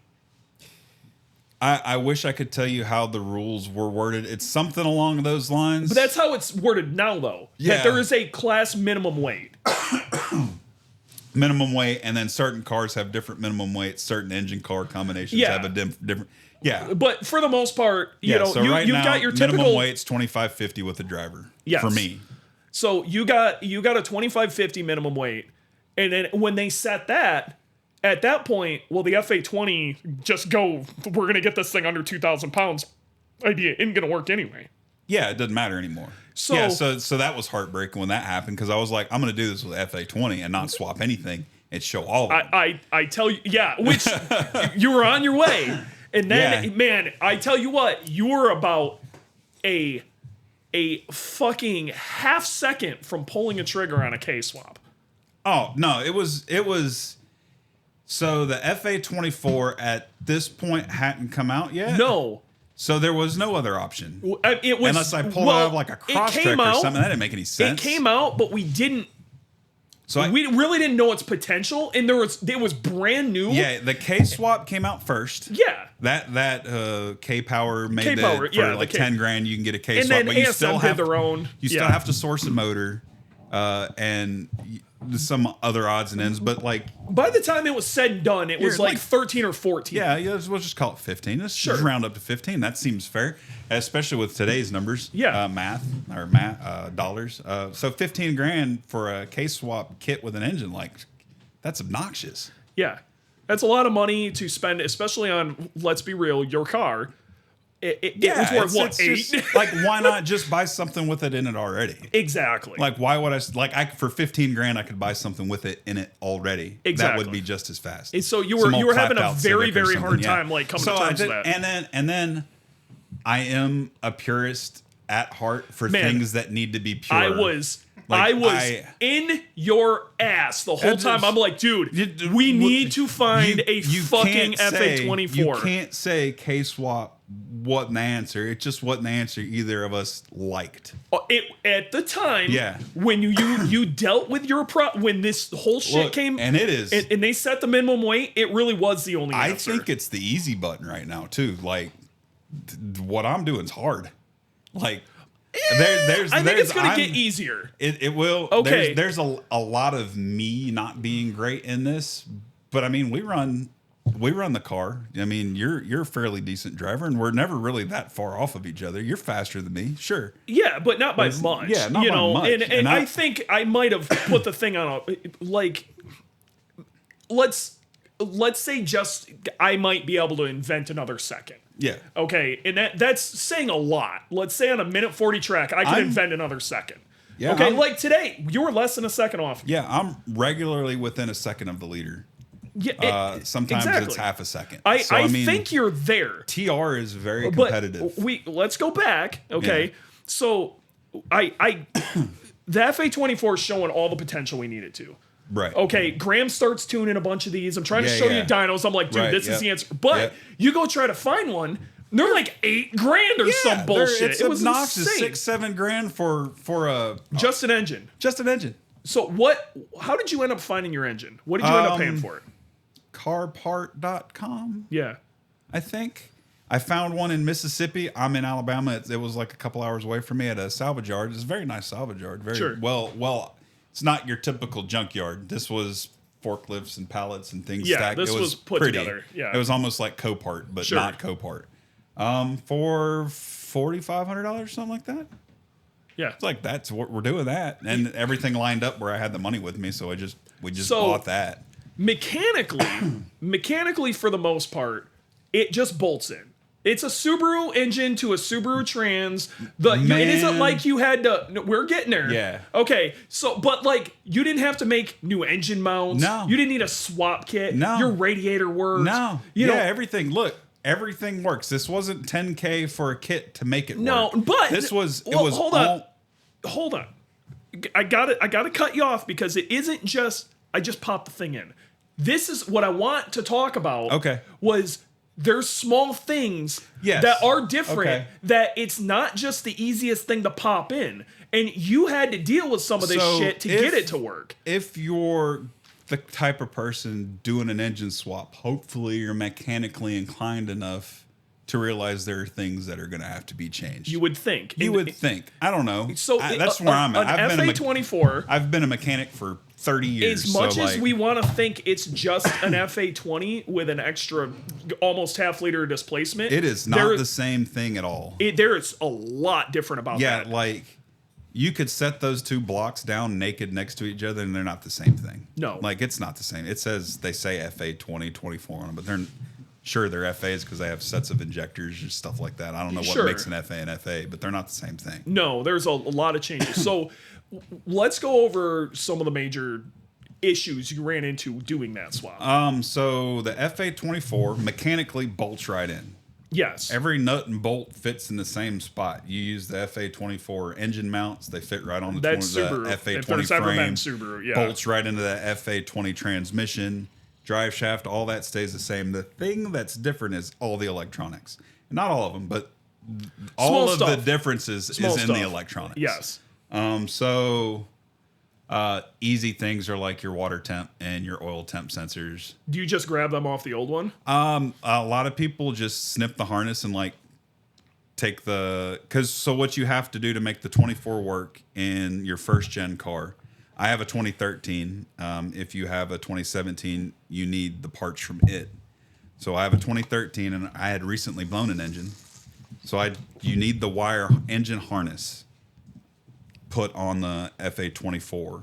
So now the car thinks you've still got a FA20 in it. Yeah. So most everything plugs directly in. I mean, you lay the harness down, it routes the exact same way as the 2013. Sure. But you've got your temp sensors have different plug-ins on them, which is no big. Most people just that's simple. Most people just cut and like tape an end on there. No big deal. Yeah.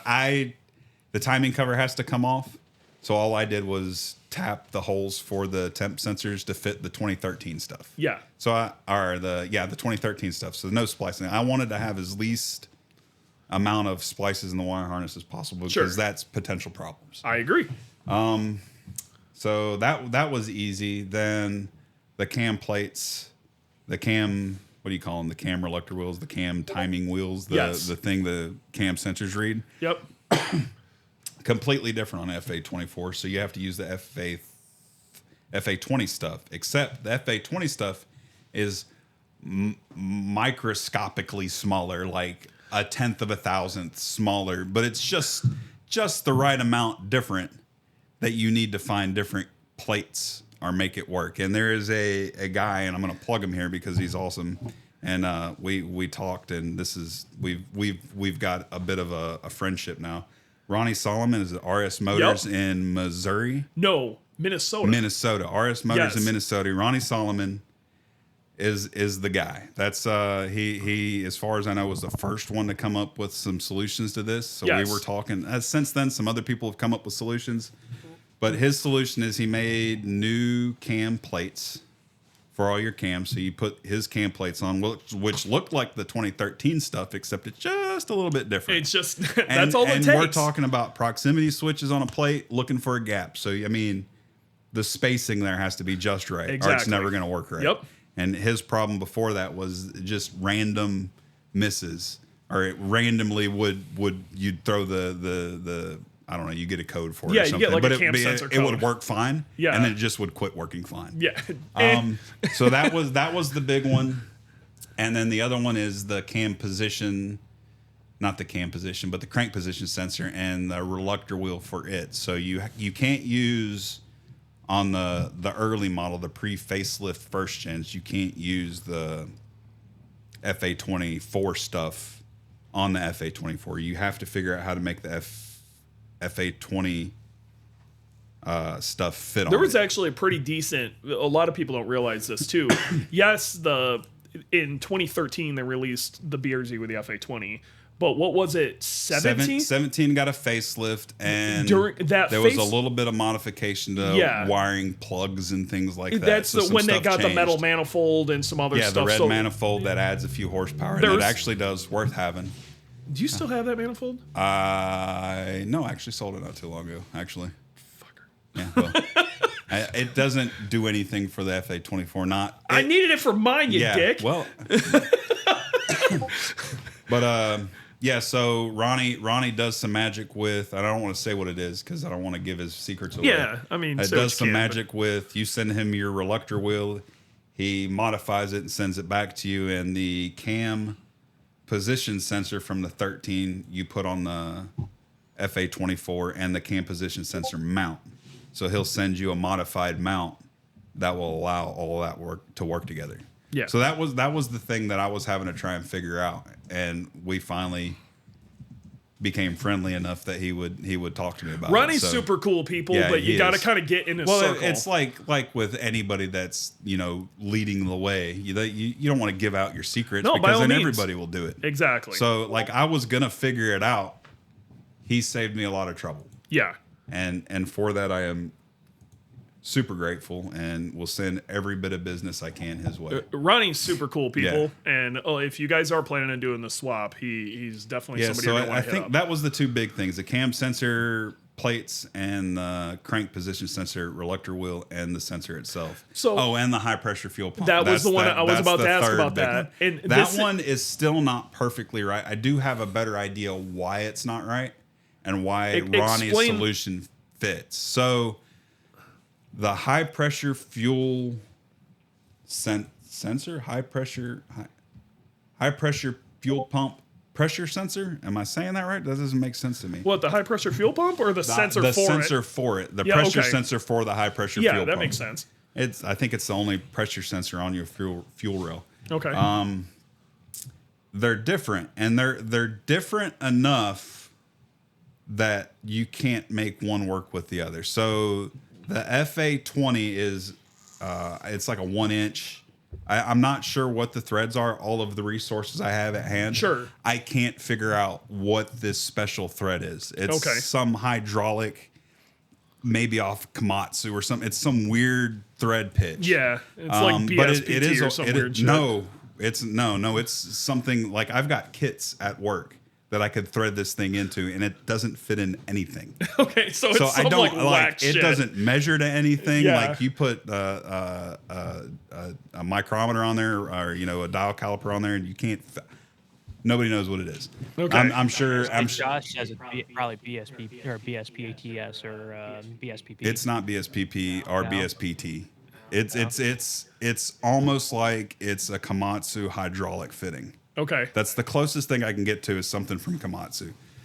But it's weird. It's a 1 inch weird fitting, and the FA24 has I forget off the top of my head, it's like a 7 mil. Yeah, so some different, BSPP, and it's a thing that makes sense. So it's way smaller. It's tiny. It's like Yeah. the smaller than your pinky finger. Okay. And it's also a 4-wire instead of the 3-wire in the 13. So making that work was odd.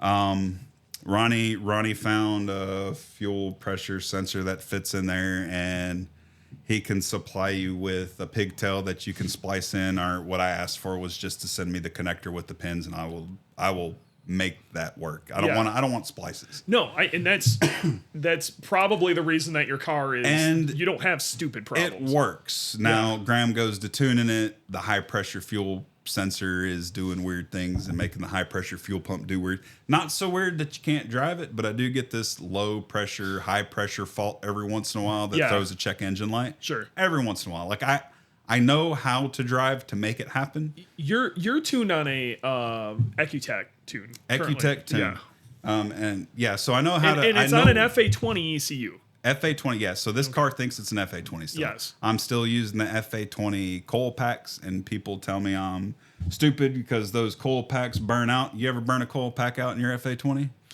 Once, but I Have you? deserved Once? it. It took that was also like a 70,000 mile coil pack. Yeah, right. Yeah, So who like, cares? 70,000 it miles, didn't right? know me a damn so thing. the way the internet will train people is, when we have problems, we go to the internet and tell everybody what our problem is, and hopefully somebody can help us fix it. Now the only thing you see is that this car's got major problems with coil packs. Yes. Because 50 people out of the 30,000 of these cars have been made at coil pack issues, and they made a big deal about it. Yeah. So, and somebody's going to come fight me for that, I'm sure. I've had 2 of these cars. I had 128,000 miles on one, 80,000 miles on the other, and they've both had the piss beat out of them. Yes. I have had 0 coil pack issues. Yep. So instead of repinning a harness to fit 24 coil packs, that's still got 13s in it. I'm good. Yeah. So that was the other weird thing. If you're trying to put different coil packs in, that's the big one. And this okay, so you're going to want to talk about tuning and ECUs, and that's probably where we're at now. That's kind of where we're going right now, because you are on that ECU, and I think your next step here soon is Link now makes a plug and play. When we were doing this, there wasn't plug and plays. We didn't have an option. Did not exist. So we were trying to figure out what pressure sensors to use and what cam followers or whatever, what cam sensors to use. All of that doesn't need to be done now. You don't need to buy an ECU. You can make it work without one, but you wouldn't have to do any of the things that I did with a Link ECU. As far as I understand, and I've talked to some guys that have been doing this, and you drop the Link ECU and tune the FA24 with your generation wire harness on it. Yeah, to work. you just so you don't have to figure out cam plate stuff. You don't have to figure out. You just tell it what type of reluctor wheel. You can tell a Link that stuff. You can't tell a stock ECU that. Yeah. So my fuel pressure, my cam plate, my reluctor wheel on the crank position sensor, and all that stuff could have just stayed FA24 stuff. Yep. Yeah. So you would have just went. Okay. Yeah, the only thing I would have still had to do is make the temperature sensors work. Yeah, which whatever. big deal. Yeah. Those are nothing. It's one wire. So swapping that is much easier now. But that ECU's only been out 1 year. Yeah, what a lot of people not only that, what's really crazy is a lot of the BRZ and FRS guys, the first gen guys, they don't even understand why they would want that. And it blew my mind when I saw it at PRI. I'm like, why would you not want this? But these guys don't get it because they're like, well, we could tune an Accutech and all this. Dude, this will make your life so simple. In the spirit of not spending money, you don't need to do it. I am proof that you don't need it. You can make this car run well without it. It runs well, but it ain't perfect. It's not perfect. The only problem, so I had a problem at first, and I couldn't figure it out. Like CAN bus issues. Like she would just freak out and shut off. And then I started seeing what I was doing to make it freak out. It wouldn't throw a code. It would just turn off. I cut it right back on. No codes. What ended up it being was if I got out of the gas too quick, she'd just sputter off and die. And then I realized if I'm doing this above a certain mile per hour, it dies. Below this mile per hour, it's fine, like 35 miles an hour. So I'm like, what the crap? So I get to digging around and I'm looking at my intake, and I am very well ducted, and my intake and my duct, I'm very well ducted. Yes. So the amount of air I'm pushing past the intake is washing out the MAF sensor at a fast enough speed. Yes. And just killing the car when you try to idle. So I'm fighting, like I died at mid-Ohio, just mid-track, like the back straight, just bombing down it. Go to hit the brake, she just cuts off, and I'm like, oh. So I have to get off the track. I dive into the runoff area where the corner worker is. It's like a little gravel pit, and they're looking at me like, what's going on? I'm trying to start the car back up. Crank trap back up, drive it back to the pit to try and figure out what's wrong. But now I know what it is. I've got that turned out of the path of air. It's not a problem anymore. It's little things like that. If you put a link in it, not a problem. Yeah, but so at the same time, if you're not somebody that's inclined, you would freak out and you'd be calling people like, what do I do? What do I do? You'd go to the internet and bitch. You'd go to the internet and be like, like everything's wrong. These cars suck. Yeah. But yeah, so if you're going to do this, you've got to have some sense about you. You can't just go into this. If you just go into this not knowing what to expect, you're going to learn a lot. You're going to be forced to learn a lot, and you'll either start to hate these things or love them. But the reality of it is thanks to that Link ECU that you can just literally plug and play your stock harness. You don't even have to do all that much learning now. No, drop it in, have Graham do his magic, and you have a car that works, and it's an FA24 with a FA20 harness on it. And that's it. I cannot stress this enough. That engine is so much better in every single way than the FA20. When I had the supercharger on the car at first, it made 250 wheel. The stock pulling on the JRSC supercharger. This car is quicker than that. Yes. Well, this car's also a lot lighter, but yes. Yes. I agree It with is a lot lighter. It's way quicker. Yes. Well, it makes a ton more mid-range. Like torque comes on crazy early. Yeah, we're not going to say it's got flat. A lot of torque because it doesn't, but it's got more than it had. Well, it ain't a V8. And it's 214 horsepower. It makes more torque. Yeah. It makes more torque than a K24. It's heavier, but it does make more torque and very equivalent horsepower. Yeah, and they could take stuff out of their car and be minimum weight too, but they're not. Well, you got them that are now. Like Peter Granberg is there now.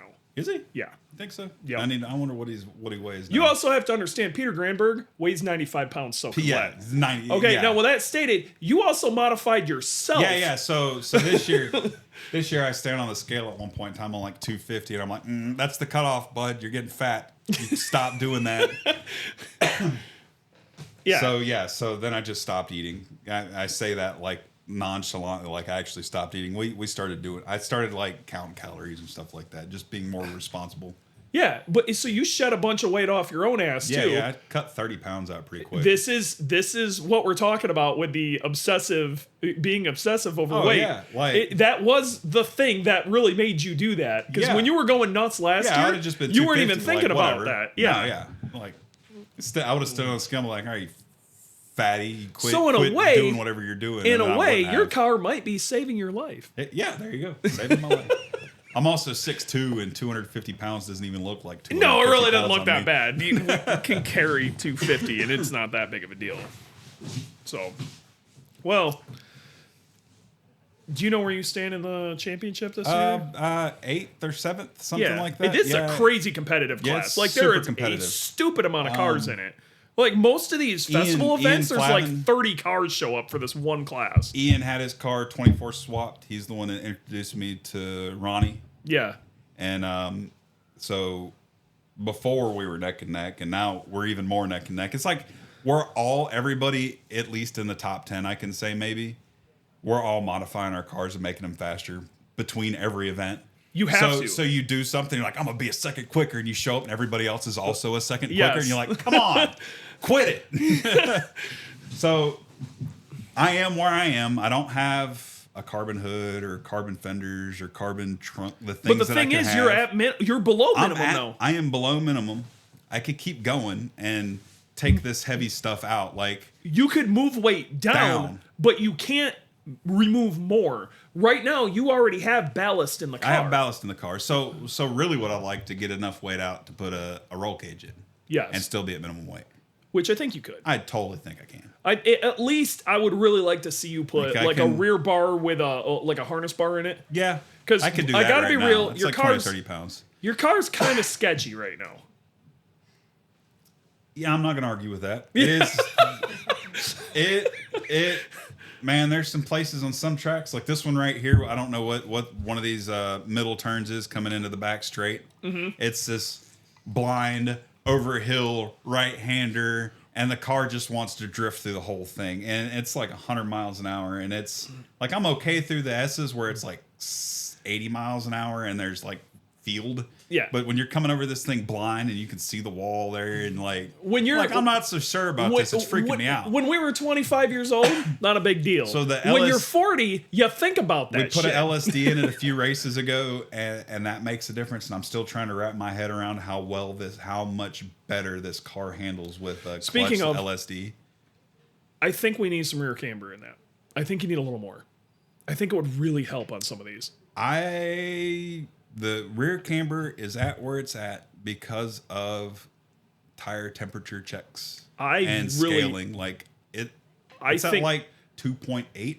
I bet you would be blown away on this track in particular what another half degree to 3/4 of a degree would do in the rear. We can take some temps here and look, but like I take temps all over the place, and they're fairly consistent from track to track. The rear doesn't do a lot. Like I don't get a lot of heat in the rear. Well, like, this is kind of is not that heavy. It's not due to the fact that it's heavy or whatever. It's there's certain situations where the suspension compresses in a way to where I think a little camber would keep that ass from going nuts. Yeah, we can look at it. Because look at what we were dealing with today. That car was It was fun.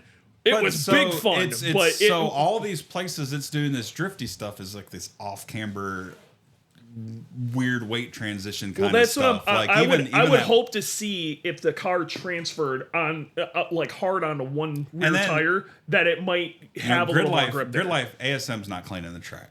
That's not what we're here for with ASM's track day. Yeah. Gridlife's going to put a sweeper on that thing first thing in the morning and clean that track off. That track's dirty. That track's ugly right now. Bad dirty. Big ugly. Yeah, like get off the line and find out. Yeah. Like, yeah, I would hate to run GLTC now on that I went over some curbing and I start hearing pop, pop, pop, pop, pop, pop, pop. I thought I was backfired. I was like, oh no, what's going on? That's just random shit. Random crap on the track. Yeah, it wasn't gravel. I didn't go through dirt or gravel. It was just the track. The track was pretty gross. Like half of it is us dragging grass and gross onto the track. I'm not trying to drag ASM. That's not what we're here for. No. This is go out there and run some laps today. It was great. Gridlife and their professionalism will clean the track. Today was a party. Tomorrow's the real deal. So, yeah. So either way, still working on putting lightness in it. As a longtime Subaru enthusiast, and you know the community means a lot to me. I'm super stoked to see you out there still fighting the good fight with a Subaru engine. So I like Subaru. I am a purist for things and not necessarily a Subaru. I don't want, like, I could put a K in this, or I could figure out what the next best VX3 whatever engine should be. Like, people are talking about putting the Corolla what is it? The new Corolla, the new Corolla's 3-cylinder in these things, and there's talk about trying to get rid of if you swap an engine, not being able to turbo. If the engine that you're swapping comes with a turbo, you can't put that in a non-turbo started car. Okay. So if they could get rid of that, that's a legitimate swap for this car, but it's not the engine that's supposed to be in here. No. And it would totally be an easy button because Graham's making like 300 something horsepower with that thing. Yeah, it'd be horse shit. That is stupid. So people who understand, Club TR is a it's all 220.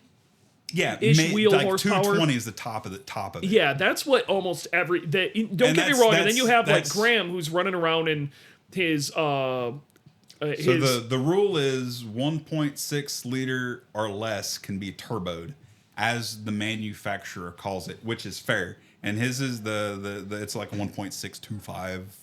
Yeah, it's still like 1.6 3-cylinder. Just a hair over 1.6. So the argument was this shouldn't be here, but it's a 1.6 3-cylinder with a turbo, and he's got a GR Corolla. It's pretty okay. He's wondering. That engine in my car would probably be fantastic. Oh, it'd be ridiculous, but I wonder what they would force you to weigh.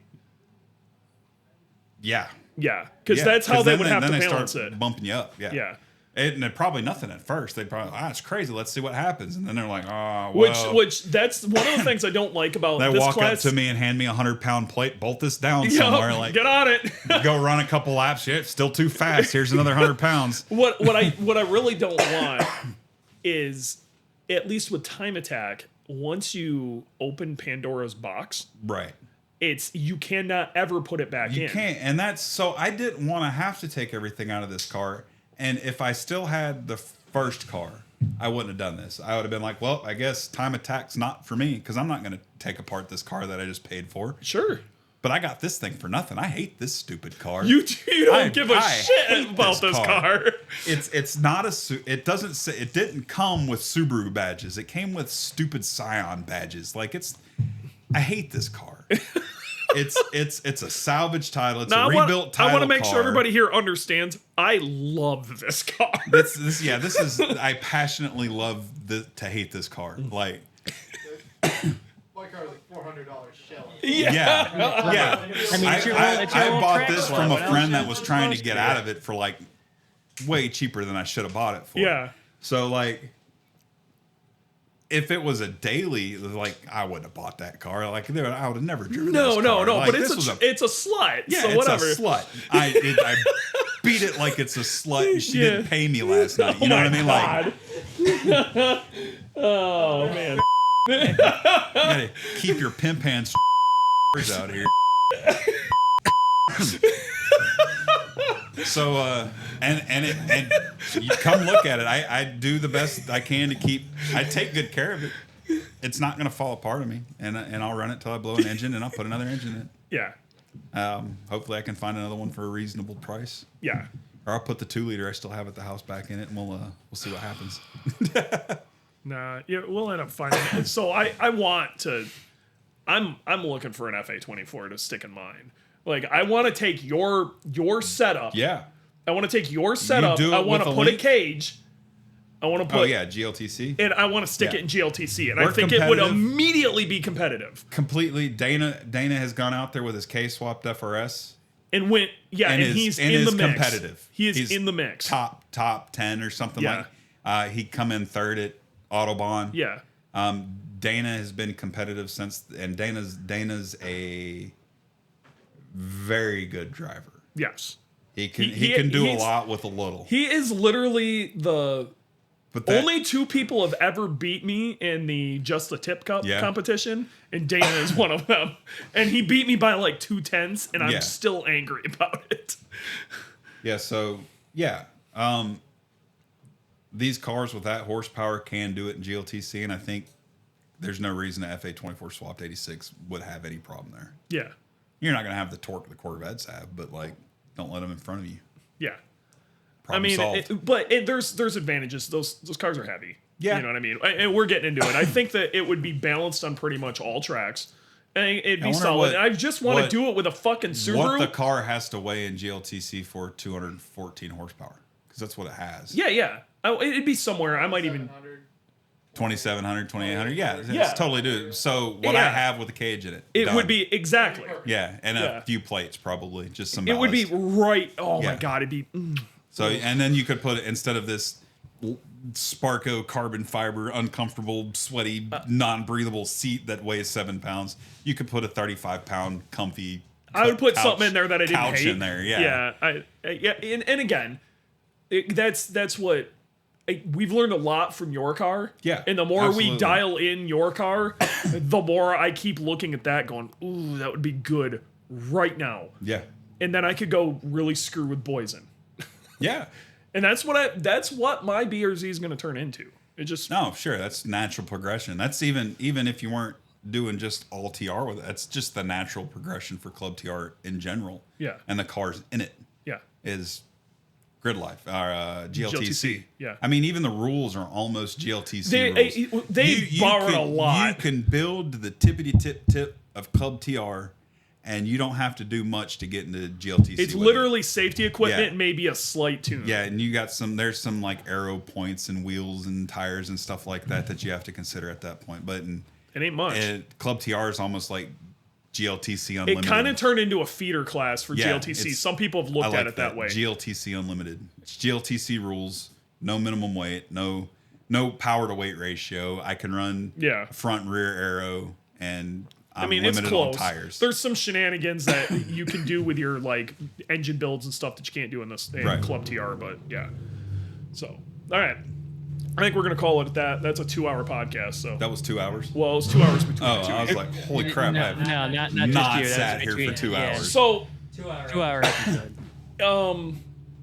KHunter86 on Instagram, right? That's right. Yeah, so if you want to look him up and see all the weights and stuff, you want to try to build something like this, KHunter86 on Instagram. Find me. I'll answer your questions. I'll talk to you. I will talk to anybody at any time about this.